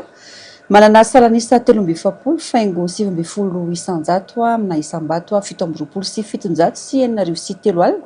Manaraka azy ao ny candidat Ramanantsoa Lala larana fafito nahazo isambato ray sy 700 sy 7 sy 4 alina amina salanisa 430 faingo 7,800. Manaraka azy ny candidat larana farora Zafinjoelina Taina manana salanisa 4,20 faingo 2,800 amina isambato 7,20 sy 2 sy 1 alina. Aorin'izay kosa Igaskara Fenso larana fahenina manana isambato 3,20 sy 200 sy 4,000 manome ny salanisa 5,100. Manaraka azy ao ny candidat larana fatelo Joseph Martin na Idadafara manana isambato 9,20 sy 200 sy 1,000 manome ny salanisa ray faingo 7,700.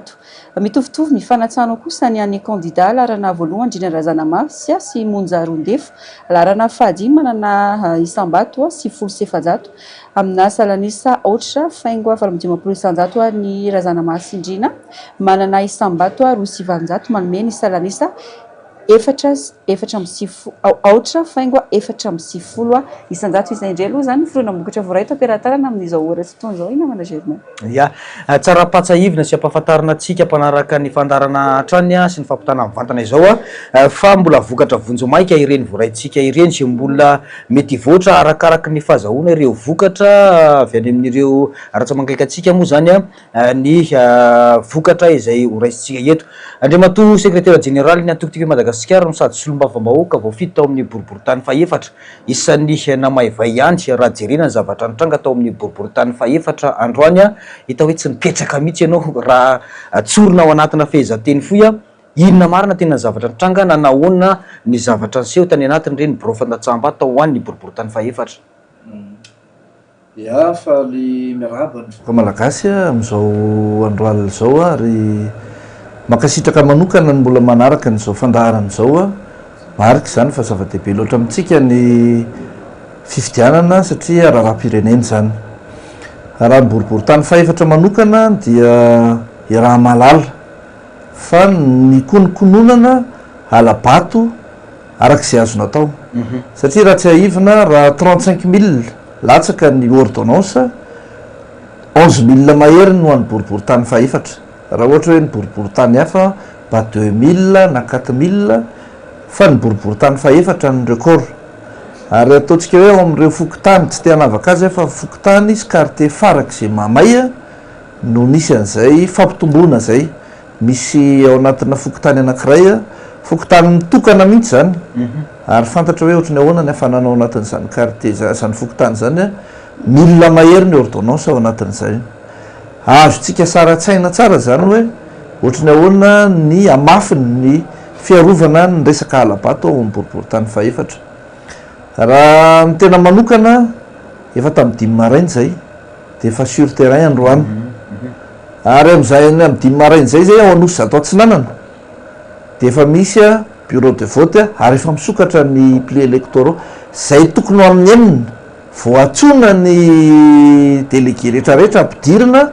de zay vo miarahana manokatra iny miaraka amin'ny président amin'ny bureau de vote zay vo manao atsapaka hoe izy ny sinehan'ny bulletin unique fa raha anosy zato atsinanana anosy zato atsinanana manokana zay nandehanako tany dia efa misy bureau de vote de efa misokatra le pli électoraux iny efa misy bureau de vote olona efa manao sini de manontany ny tena hoe fataizany candidat solotena ny délégué en candidat ny anainy to tsy mbo manatrika an'le izy fa manino nareo manao sini de ka zareo tsy mandroso aty ny andro mbola tsy fotoana fanombohan'ny fifidianana izy zareo efa mikonikonina zay signature zay tao fanontaniako voalohany vo tonga tao de ny hoe fanamariana voalohany zany liste électorale tompoko liste électorale tokony ao anatin'ilay pli fermé le pli électoraux iny zany fa ny zava-misy tao amin'io fokotany io dia tokany aty ivelany zay lisy mpifidianana zay indrindra moa ny lista azo avy amin'ny ordonnance ahoana moa no eritreretinao hoe anananao assurance zany hoe ity tokoa le lisy mpifidianana ho ampiasaina zavatra tsy tokony ny olona rehetra ny afaka ikirakira am'izany lisy mpifidianana zany tokony mihidy zany tsisy mahafantatra satria aizana lalanao raha izy lisy mpifidianana mipetrapetraka eo fotsiny iny misy manao soni be dibe ao anatin'iny de ny orona efa misy vato ao zany tovy zany zany hoe endrika alabato zany tsy fahatombomanana ao anatin'izay niezaka zay ny antso huissier ary ny chef fokotany tao amin'io anosy zato atsinanana io de niteny mihitsy hoe ataty zay taratasy tianareo soniaviko fa tsy maninona fa tonga teny moa zany ny huissier ny constaté an'izay zava-nisy zay ny faharoa manaraka zany rehefa nanontaniana ny chef fokotany aiza ny liste satria ny bureau de vote hafa tsy manana liste n'le ordonnance zay apatsahivoko ao amin'io anosy zato atsinanana io be de be koa ny ordonnance ao anatin'io efa mandeha ny fifidianana avy nga chef fokotany milanjalanja nyty lisy mpifidianana de aiza hoa le izy ity le izy zao de ho ateriko aty ahoana zany fifidianana ohatra zany zany eo amboriboritany faefatra ny faharoa manarak'izay rehefa natondro ny andro de hitatsika reny rehefa nambojanahary reny miaramila no milahatra ary tya ny tena mampalelo anatin'le izy de ny chef fokotany re tompoko mbola mandray anjara feno ao anaty bureau de vote zay tsy anjara asan'ny chef fokotany zany fa ao anaty bureau de vote izy mbola izy ny coordonné an'io fifidianana io ianona manao an'izao ny vice président eto ny secrétaire neto mampiditra an'ireo miaramily reo andeha hifidy zany miaramily zany tsy hoe ampolony anjatony zany andeha hifidy eo amin'ny boriboritany faefatra teo andrefanambojanahary rehefa manontany ianao le miaramily nanontaniako tsara le izy ahoanareo andeha hifidy zay ozy ianao nga hoa mipetraka eto eno izy de ozy mantsy azy inao anaran'ity fokotany ity misafoloha am'izay izy de tsy haintsony le anaran'le fokotany ahoana hoa ny mahatonga anareo andeha hifidy eto de naseho any am'izay ny taratasy ordonnance ordre de mission ozy fa ahoana nareo no mandeha mifidy amin'ny alalana ordre de mission novakiko taminy lalàna fa ny ordre de mission tsy afaka mivoana amina circonscription électorale zany hoe raha commune urbaine Antananarivo ny resaka tsy afaka mivoana ao zany ao ihany ny afaka manakery ny ordre de mission zareo nefa tsy avy eo Antananarivo reny vohatra fa avy any amin'ny faritra tonga manao stage eto ahoana ny olona avy any amin'ny faritra manostaziny metraka be ny tanàna eto voararany lalàna zany rehefa teo moa zany a ny fampiresaka teo a de zay kosa aloha tsy nanaiky nitoizan'ny fifidianana ntsony hoe zay ny teny hoe mpangalatra nareo mitsofoka ao io a tsy ara-dalàna nareo zay tsy anaikinaiky foana nareo satria ohatran'ireny mangalatra mamaky trano reny nareo satria io safidim-bahoaka de rehefa nandeha teo ny fifampiresahana sy ny teny maro samihafa tapa-kevitra ry zareo fa nandeha daholo dia za moa tam'izay ny teneny hoe ianao zany manajanona ny fifidianana teto a za ny teneniko asumeko ny responsabilitéko satria lalàna ny mametra antsika ao anatin'izay a nandalo ny préfet rehefa avy eo a ny fanazava tamin'ny tenanay ny préfecture dia mazava tsy afaka mifidy reo gendarme reo miaramily reo talohan'ny natongavanay teo nefa efa ela ny antso fa ny fifamoivoizana moa nanahirana efa be de be reo no mandeha mifidy tao ary isaky ny bureau de vote nisy salle anankitelo ao ambony riana nifidy tao daholo zareo ary tsisy mpifidy afa-tsy zareo satria voabahany zareo ny lalana ray manontolo sy ny couloir satria izy tsy mba hoe laharana ray fa feno azy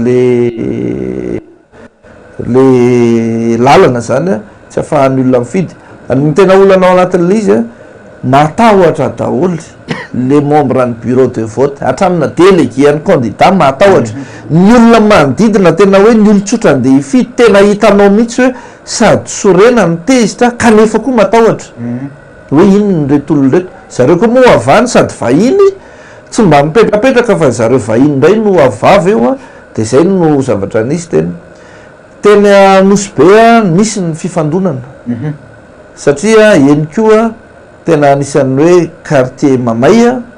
ary eny koa anisan'ny be ordonnance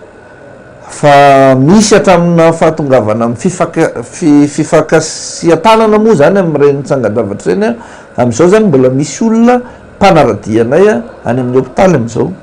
satria tena avy misy andian'olona manao mpitolo zay tsy maintsy hifidy na ahoana na tsisy karapanondro sy karapifidianana reo ampelantanana de hisisika andeha hifidy tsika moa efa niomana de nametraka olona koa tsika sécurité hoe tsy mahazo mifidy ny olona ohatra zany a fa ny olona tokony afaka mifidy a de manana karapanondro a mitovy amin'ny karapifidianana ary mitovy ny liste électorale lazanaty zany a betsaka ihany nefany a ny osika sy ny alatra tafiditra teny amin'ny boriboritany faefatra satria betsaka ohatra hoe ao anatina bureau de vote anankiray a ao amin'io zay mivezivezy foana mantsy satria tena anisan'ny tena mamay eo n'le anosy zato atsinanana tsy tadidiko moa ny anaran'le chef fokotany iny fa ao izy a mivezivezy tsy mijanona mivezivezy amin'ny bureau de vote io izy ary zay zany a de izy manome toromarika manokanao foana de hivezivezenay matetika koa zany mba anarahanay maso de tratra tao zany zao a misy olona avo mifidy ao anaty salle ray a de mifidy ao anaty salle ray indray tratra zany a tsy fantatra aloha reny hoe tena mba nidinin'ny polisy tokoa ve satria atolotra eo ampelantanany manam-pahefana le izy eo amin'ny polisy a de entiny zareo any de hoe andeha hoidiny anaty violon fa tsy fantatra aloha zay tena fahamarinana zany satria tena sady sahirana ao mifanenjehana ny mpangalatra ao anatin'ny resaka alabato zany dia zany ny zavatra nisy tany ao amin'io bureau de vote io a rehefa tamin'ny fanisambato raha ataoko hoe 150 a nisan'ny olona nanjotra bato de 210 nisan'ny vato mivoaka avao satria vato zany rehefa aveo misy vato anankiray a tambatra anankitelo anankiroa zany eo misy vato ao a tsy miforitra araky le tokony manaraka norme iny zany ny zatra misy eo misy vato a tsy misy signaturan'ny membre amin'ny bureau de vote zany ka manontany nareo nanahoana ny ainana ny tontolo androandroany mafy ny ainana ny tontolo androandroany raha teny amin'ny boriboritany faefatra ny ekipa zany zao a mbola amperinasatra am'izao satria ny vato io a tsy maintsy arahana hatrany amin'ny SRMV vao zao ny ekipa ny SRMV no miteny hoe le tomobile mitondra le pli électoraux aternany a mijanona eny an-dalana de misy esorina le izy tonga any raha folo ny netina sivy sisany tonga any de ifampitadiavana indray le pli rehefa avy eo zany ny zatra iainana eny zany a de ny ekipa zany zao mbola manangona ny PV mbola miaritory daholo am'izao zany miandry tsara an'izay vokatra zay fa eto aloha de maneho fisaorana manokana tena misaotra betsaka zany a ho an'ny firaisan-kina naseho an'ny vahoaka satria tena nano hoe firaisakina ary sarotiny ny vahoaka zany a amin'ny resaka fifidianana de mba ny fanometanana ny rehetra satria rehefa mba mandalo ianao a de mba tonga ny olona zany hoe andao irahintsika ary raha mandalo fotsiny ianao de efa betsaka ny manaradianao a te hiteny hoe raha misy zatra tsy mety eto a aza manaikinaiky foantsika efa tsika samy eto any zay amin'ny akapobeany anatin'izay moa vita iny ny latsabato zany zay ny zavatra niainanareo teny ambonibotanifakatra teny fa manahoana indray ny toany ao aorianan'ity latsabato ty inona ny fapetraresinareo malohana an'izay tranga rehetrarehetra misy zay io aloha zany arakaraky ny zavatra misy e ny zavatra tokony ho atao aloha zany a ny fiarovana n'ireo vato zay efa azo indrindra reo vato zay nandresena satria iry zareo ihany koa mahalala mihitsy hoe eto tena fokotany fiefiny zany time zany a de korotaniny zareo le izy andefasan'ny olona mihitsy eo de reny zany aloha fiarovana n'ireo vato reny mba tsy ho faty ary eo kosa nefa zay efa hitanao mihitsy hoe tena bureau de vote nangalarana de tsy maintsy mandeha zany a ny resaka juridika ao anatin'izay a mba miady hoe tsy ara-dalàna ty resaka bureau de vote ty ahoana ny anekenao voka-pifidianana manoloana an'izay ary vaoaka miboribory-tany fa efatra tena miandrandra fandresena satria zay tena ny asa tena ny fidy ny olona ary manantena an'izay hoe mba tsy hita vokatra surprise rehefa aveo ka sanatria tena hoe natao fitaovana fotsiny ny boribory-tany a ametrahan'olona fa tsy nanaovana fifidianana satria raha ny boribory-tany faefatra ao a raha karazana alabato de nisy tao amin'io ary iny fifidianana farak'izay tontolo indrindra za aloha tena manome-tsin'ny seni eto a satria ny antony de tsotra herinandro meloa zay ny fifidianana ny alatsinainy a de ny teny an'ny seni mba amin'eo chronogramme mazava zay a amin'io liste électorale io liste électorale nange ny base io zany amin'ny basen'ny élection crédible sy transparente zany zay zany ary io zany a no atokisana hoe tena mangarahara sa tsy mangarahara ary tokony ho izy sa tsy tokony ho izy a ny fifidianana satria am'izao zany zao tamitsangany ravatra nisy androany hoe ahoana moa no mahatonga an'izany raha gele io liste électorale io olona mifidy tamin'ny fifidianana solom-bavambahoaka ve tsy afaka mifidy am'izao inona ny hevitra zany dikan'izany zay tiany zareo atao io liste io a ary zay nisy fotoana nakeny amin'ny sidiny tanakatra fa tena hitanao mihitsy ohatra ny ahoana no traitement an'io liste électorale io tsy mandeha raka zay tokony ho izy io nangataka fionan'izay ry voaloha tamin'ny seni ny andron'ny alatsinainy tsy nahazo zay nyveriny zay no mena fotoana hoe alaka misy tonga zay ny alarbi tonga zay ny alarbi tsy nahazo nanoratra tany amin'ny senia misy afaka mandray ve zahay ny alaka misy sa tsy misy namaliny ny seniny ny teny hoe laka misy ariva zay afaka mandray anareo fa tongava fa marainy zay no point de presse tonga zay ny ariva tsisy olona tao tonga andray zay ny zoma manao castina ny président ny seni tsy afaka mandray anao na 10 minitra ary zay nefany a efa mitondra ny proof rehetrarehetra hoe tsy ara-dalàna ary tsy manaraka ny tokony ho izy a io liste électorale io hatramin'ny omaly zay mbola niezaka nanantona ny seni ny teny hoe tsy normal io satria 80% an'io liste électorale io ange ka efa liste ao anatin'ny arrêté tamin'ny 15 mai reto ordonnance avoakanareo reto liste électorale avoakanareo reto ange ka systématique ny prénom an'le olona ny anaran'ny maire de izy père inconnu e ahoana ny mahatonga an'izany systématique zany adresy tsy adresina tananarivo reny vohatra zany no etintsika manao fifidianana ary tao anatin'ny boribory-tany fa efatra adiny roa mialohan'ny fafidinan'ny bureau de vote vo tonga ny liste électorale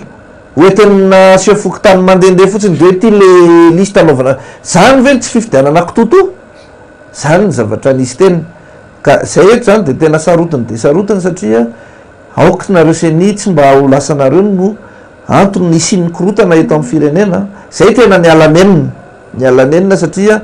fantatra hoe atray ohatrany ahoany zany candidatanay zany ohatrany ahoana ny fitiavan'ny olona zany vo tsy elatsy ela ny nanao fifidianana tsika teto tananarivo reny vohatra raha ny fifidianana solom-bavambahoaka écrasé total ny candidat ny fitondrana ka zany a no mahatonga anay hoe sarotiny zay amin'ny fifidianan'io ary zay kosa aloha raha sanatriny vava ka voamarina fa osika ka lasa nampandresena ny candidat mpanjakana tsisy mipetraka am'izao zany eto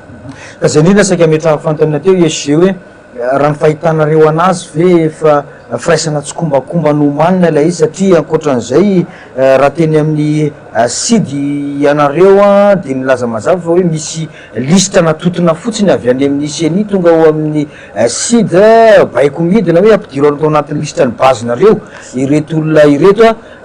zay zavatra zay zany mampametrampatony hoe tena firaisana tsy kombakomba ve ny fahitanareo anazy sa hoe zavatra hoe tsy fatomombanana lesoka fotsiny le izy tsy lesoka fanontaniana mipetraka aloha zany dia ny hoe fantatra ve a mpanao politika dia adikako politika le izy ny hevitro zany dia voalohany hoe fantatra fa tsy matanjaka ny candidat am-panjakana dia ezahana asiana korotana eto Antananarivo dia provocation zany a reny lista azo avy amina ordonnance reny ary reny ihany koa zany a na ny tsy fandraisan'ny CNI anay ahoana moa no mahatonga anay zay evo sady manana solotena eo anivon'ny CNI antoky lehibe sady matanjaka manana candidat zay tsy Antananarivo reny vohatra ihany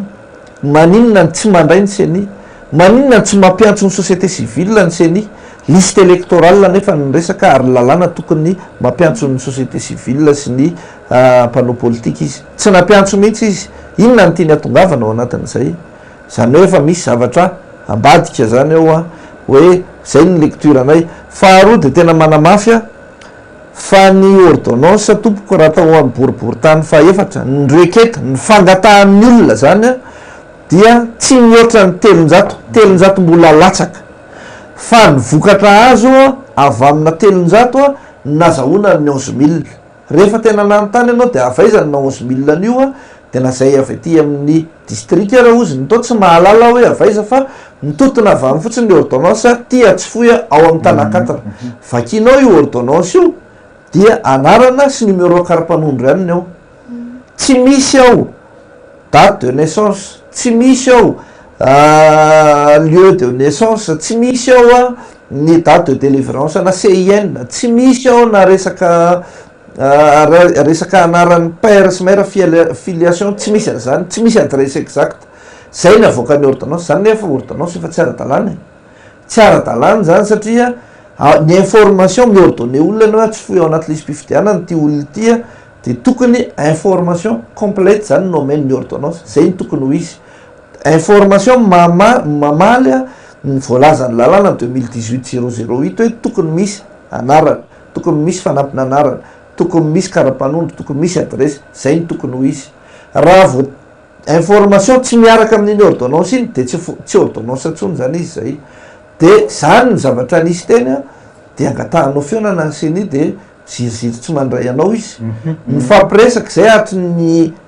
omaly hatramin'ny alina no hitadiavana vahaolany ty mamoanareo liste rouge hoe reto efitatsika reto satria azadino a 80% anatin'io liste io a efa misoratra amin'ny liste arrêté tamin'ny 15 mai teny zay hoe foany reto anarany reto a tsy nahazo valy na ray ary tamin'ny fangatahana rehetra zay natao na hatramin'izany hoe père inconnu systématique dia ny prénom an'le olona no lasa nom an'le maire za ve dia normal zany hoe rina masonoro rina dia rina ny anaran'ny mamako ny anaran'ny mamako indray fonony anarako tsy logika mihitsy zany dia zay zavatra misy tena fa tsy nahazo valy moatsika atao ahoana vita somatsara iny ny fifidianana dia etotsika samy tompona andraikitra eto amin'ny firenena nanareo teo anivon'ny CNI a nanareo zay nanao kompisoroka nanao an'ireny alabato isan-karazany reny a na ny vahoaka niatrika an'ireny zavatra natao reny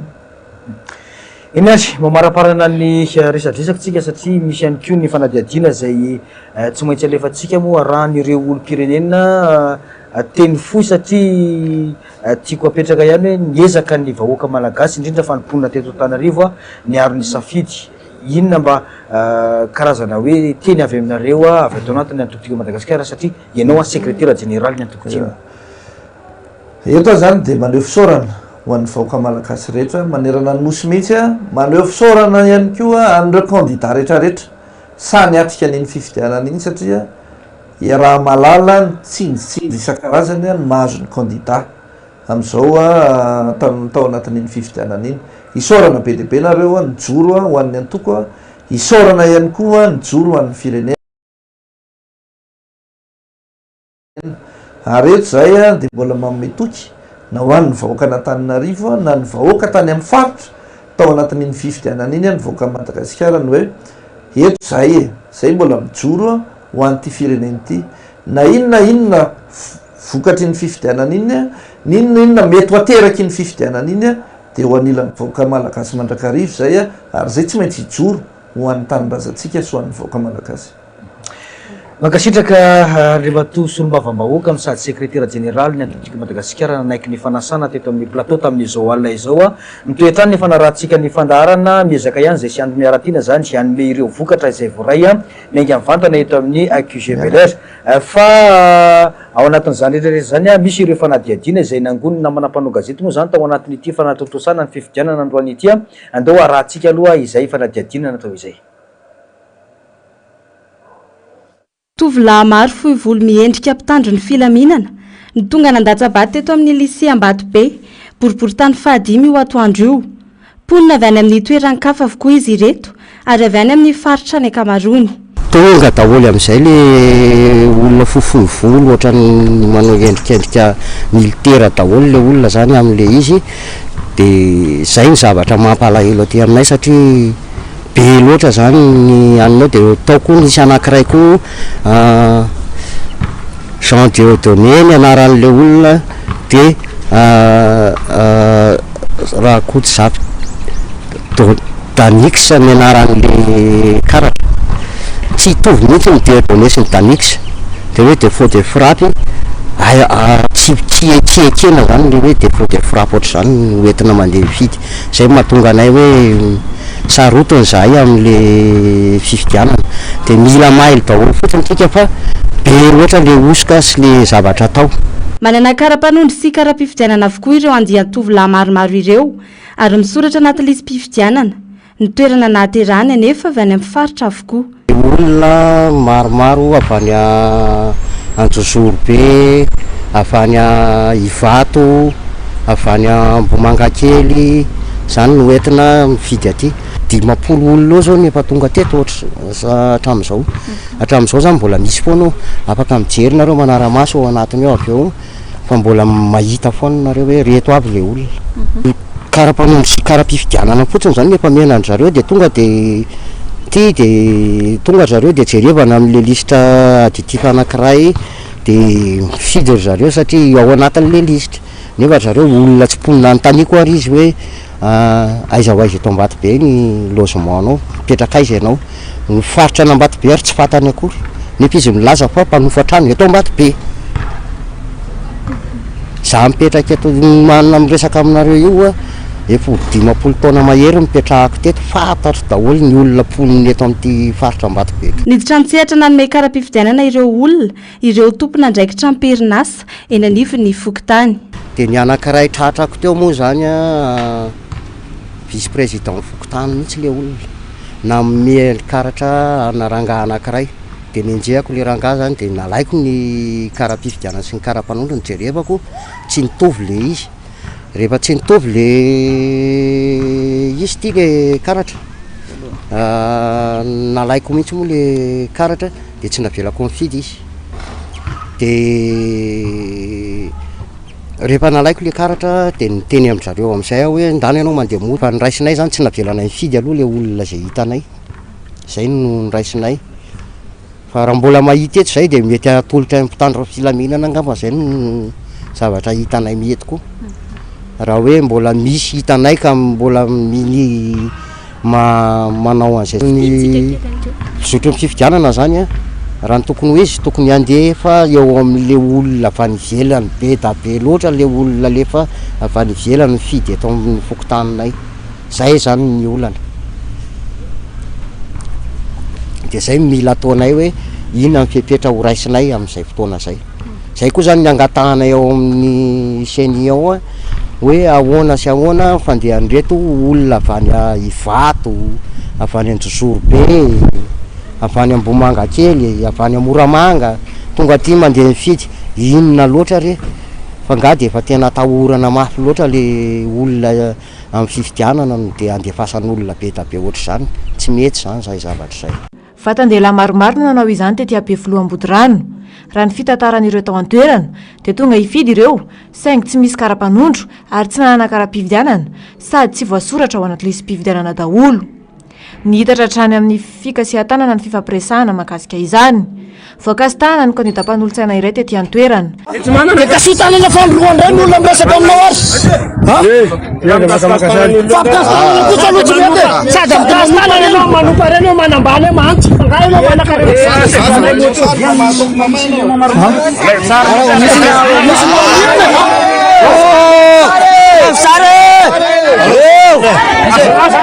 Tsy mety fampikasitanana kosa.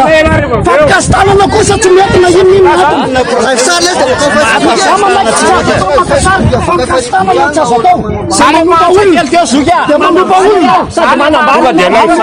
Amin'io candidature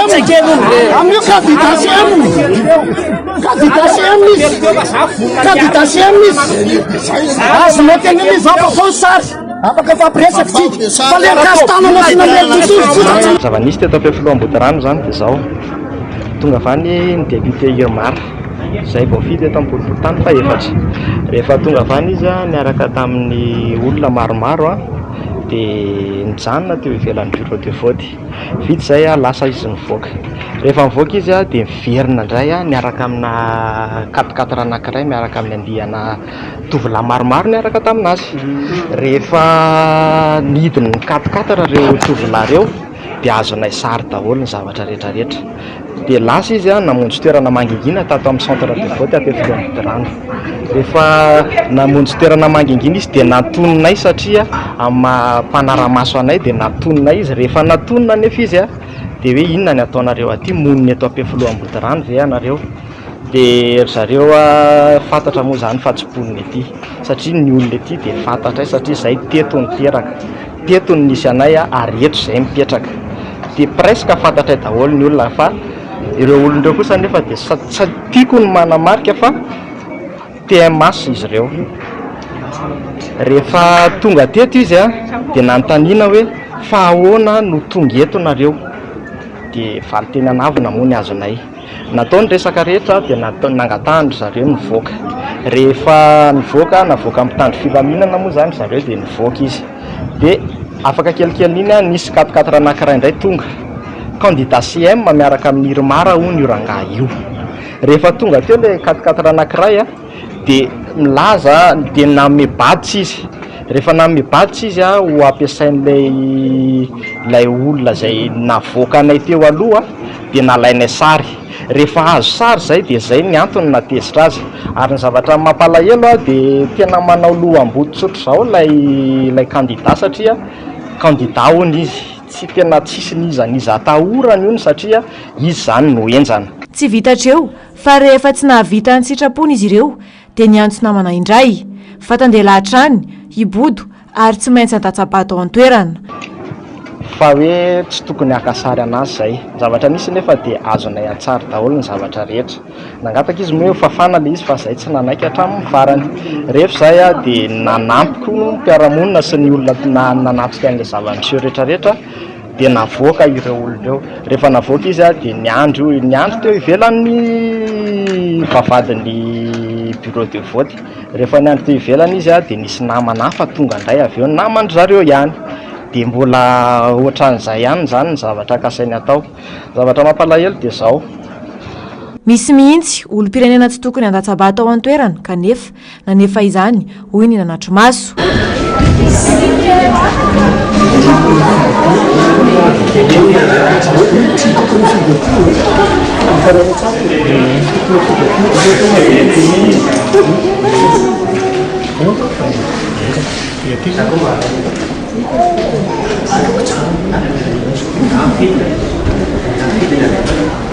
Nanao antsoava araka izany ny mba hijerena sy hanaraha maso ny faritra iva rehefa tonga ny fotoam-pividianana ity candidat-mpanolo-tsaina iray ity mahalona ny tsindry sy ny raha matahorana atao taminy. Ny tanàna iva tahaka izao no toerana anankiray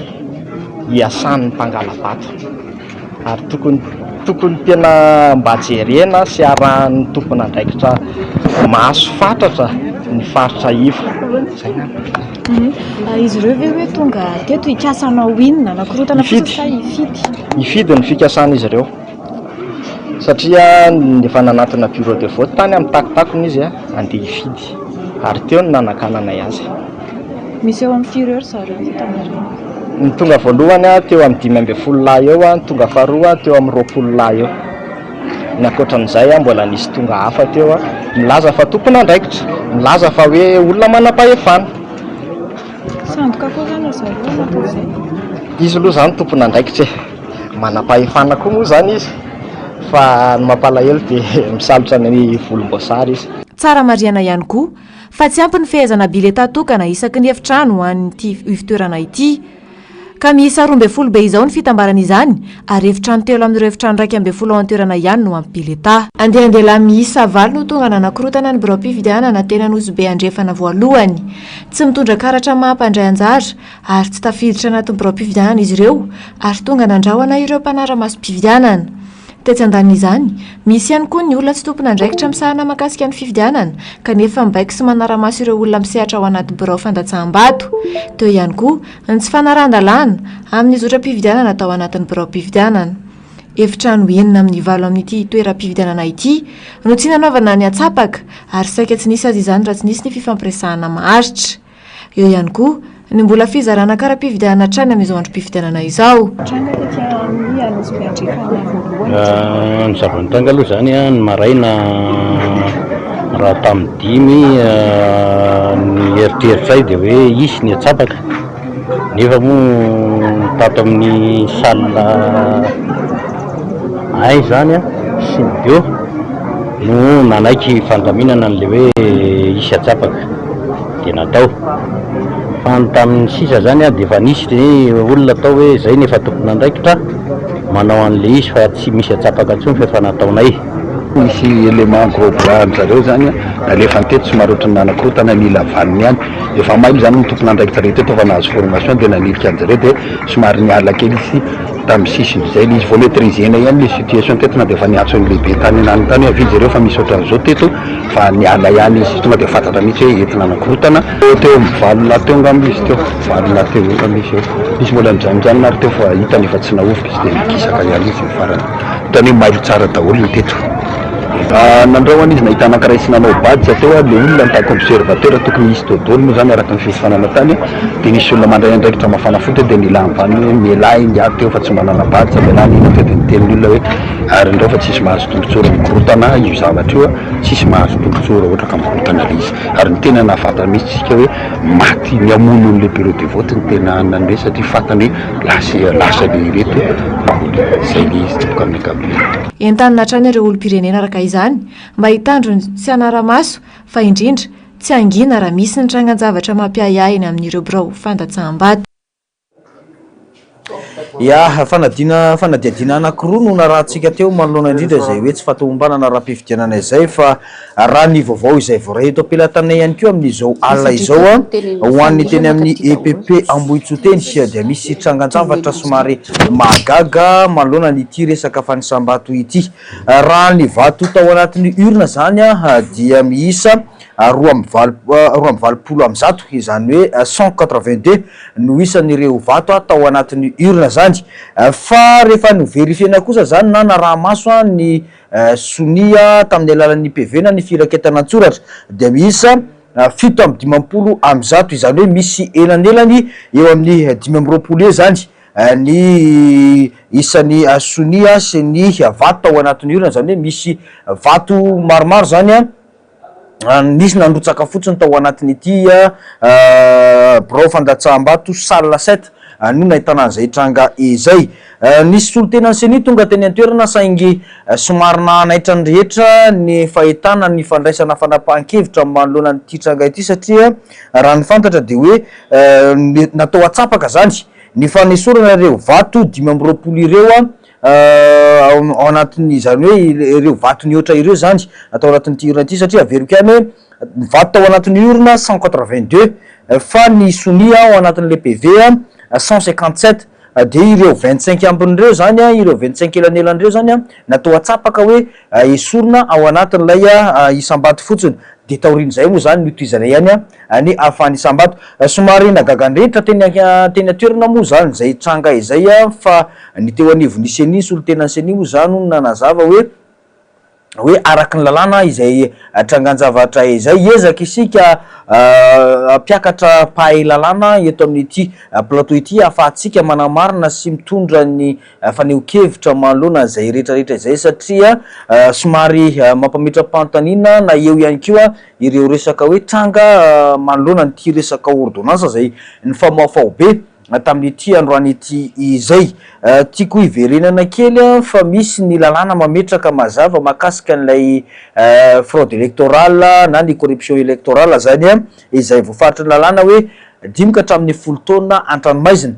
no sazy miantra ho an'izay olona zay akoatra ny resaka fandoavana lamandy na vola moa zany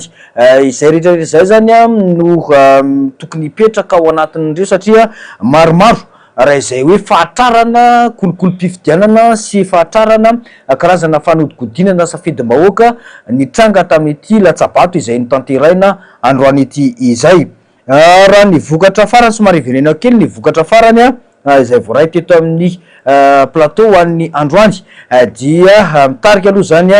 ny candidat Ravalomanana Tojo izay manana isambato 720 sy 700 sy 400 sy 3 alina izany hoe salanisa 340 faingo 720 isanjato. Manaraka azy ao ny candidat larana fafito ary lalara manantsoa izay manana isambato ray sy efajato sy sivy sy roal izany hoe 430 faingo 850 isanjato. Aorin'izay ny candidat larana faharoa Razafinjoelina Tahina izay manana vato 820 sy 200 sy rayal zany hoe 410 faingo 220 isanjato. Aorin'izay ny candidat larana fahaenina dia i Gasikara Fenso izay manana isambato 320 sy 200 sy 400 izay manana salanisa 10 isanjato. Akoatra izay manaraka azy ao ny candidat laharana fahatelo dadafara na i Joseph Martin manana isambato 420 sy 200 sy arivo manana salanisa ray faingo 720 isanjato. Aorin'izay kosa ny candidat laharana voalohany izay manana isambato roa sy valonjato Ndrina Razanamasy io salanisa aotra faingo 770 isanjato. Aorin'izay kosa ny candidat laharana fahadimy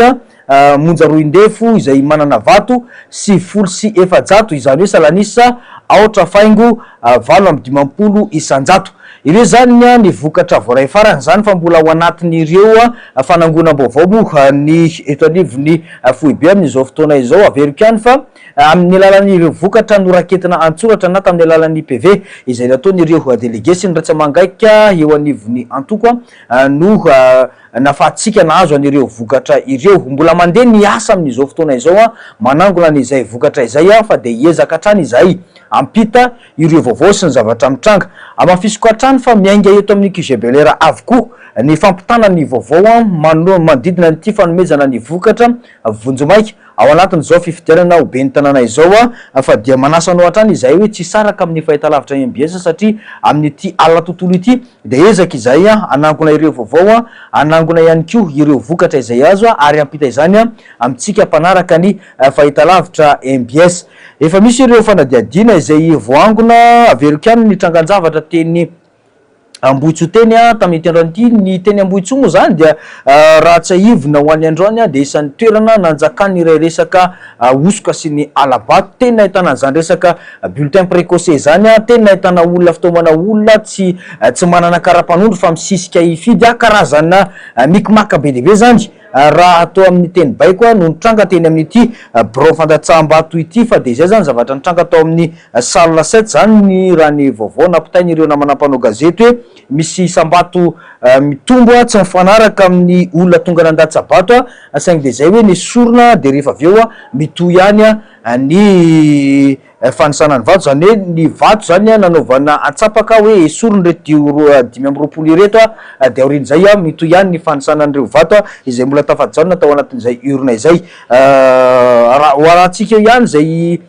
fa niokevitra ny mpahalalana manoloana an'izany hoe ara-dalàna ve zany trangan-javatra izany a manahoana ny manoloana izany a ina ihany koa ny tsara ho fantatry ny olom-pirenena fa dia averina ihany fisaorana amin'ny tafotafo no aseho ho an'ny mponina Antananarivo niaraka ny salana ny firaisan-kina manoloana indrindra ny fiatrehana ny latsabato an'ity androany ity satria tena niady ary tena nampiseho firaisan-kina tsika nametraka ny hoe ho any amin'ny fahamarinana nametraka ny amin'ny hoe fametrahantsika ny mazava-dehibe ny safiditsika eto amin'ny tany sy ny firenena mba tsy olon'olom-poana fa tena olona manana andraikitra olona manana ny lanjantsika eto amin'ny tany sy ny firenena satria androany no nafahantsika nametraka ny safidy izay ho an'ireo olona zay heverintsika fa tokony mendrika hitatana ny tanàna an'Antananarivo anaraka fanadiadinsika aorian'izay zay hiverineto hitondra ireo vokatra vaovao manoloana indrindra itya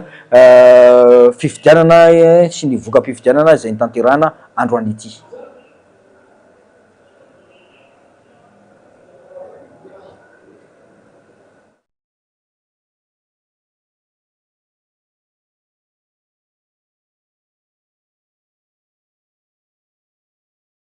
Fa raha ny famitinana ho an'ny androany zany dia jerena hoe be dia be ny zavatra nitranga zany toy ny araka ny fanambaran'ny sekretera jeneraly Antokotima zay nivahiny teo ny hoe fahitana andiana miaramila tonga mifidy tsy ao anatin'ny circonscription tsara mafisina hatrany fa ny ordonnance dia fampidirana ireo olona ao anatina fokotany izay tsy tafiditra tao anatin'ny listim-pifidianana zany hoe manana lohatrano mazava manana adresy mazava manana karapanondro mazava résidé amin'ny ilay toerana izay fokotany natanterahany sy soratany izay anarana izay ny zavatra tranga tamin'ity androany ity ary isan'ny nampiteraka resabe sy savorovoro dia ny hoe be dia be zany ireo olona mitondra lisitra amin'ny alalan'ny ordonnance nefa tsy misy akory ny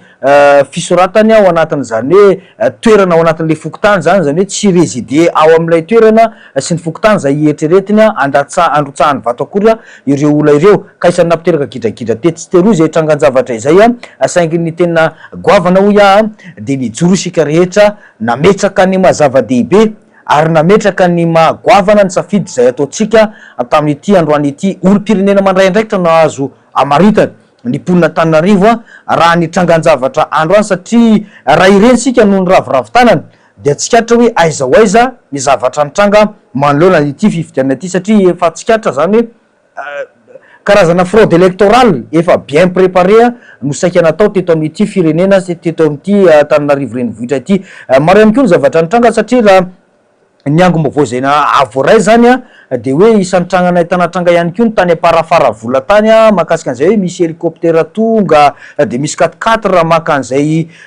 zavatra ao anatin'io hélicoptère io rehefa avy eo manaparitaka zany anatin'ny bureau fandatsaham-bato mbola hoenitsika eo ihany moa zany ny akon'izany rehetrarehetra zany hoe nanahoana ny zavatra nitranga tany amin'ireo distrika zay nainy hotsika vaovao izay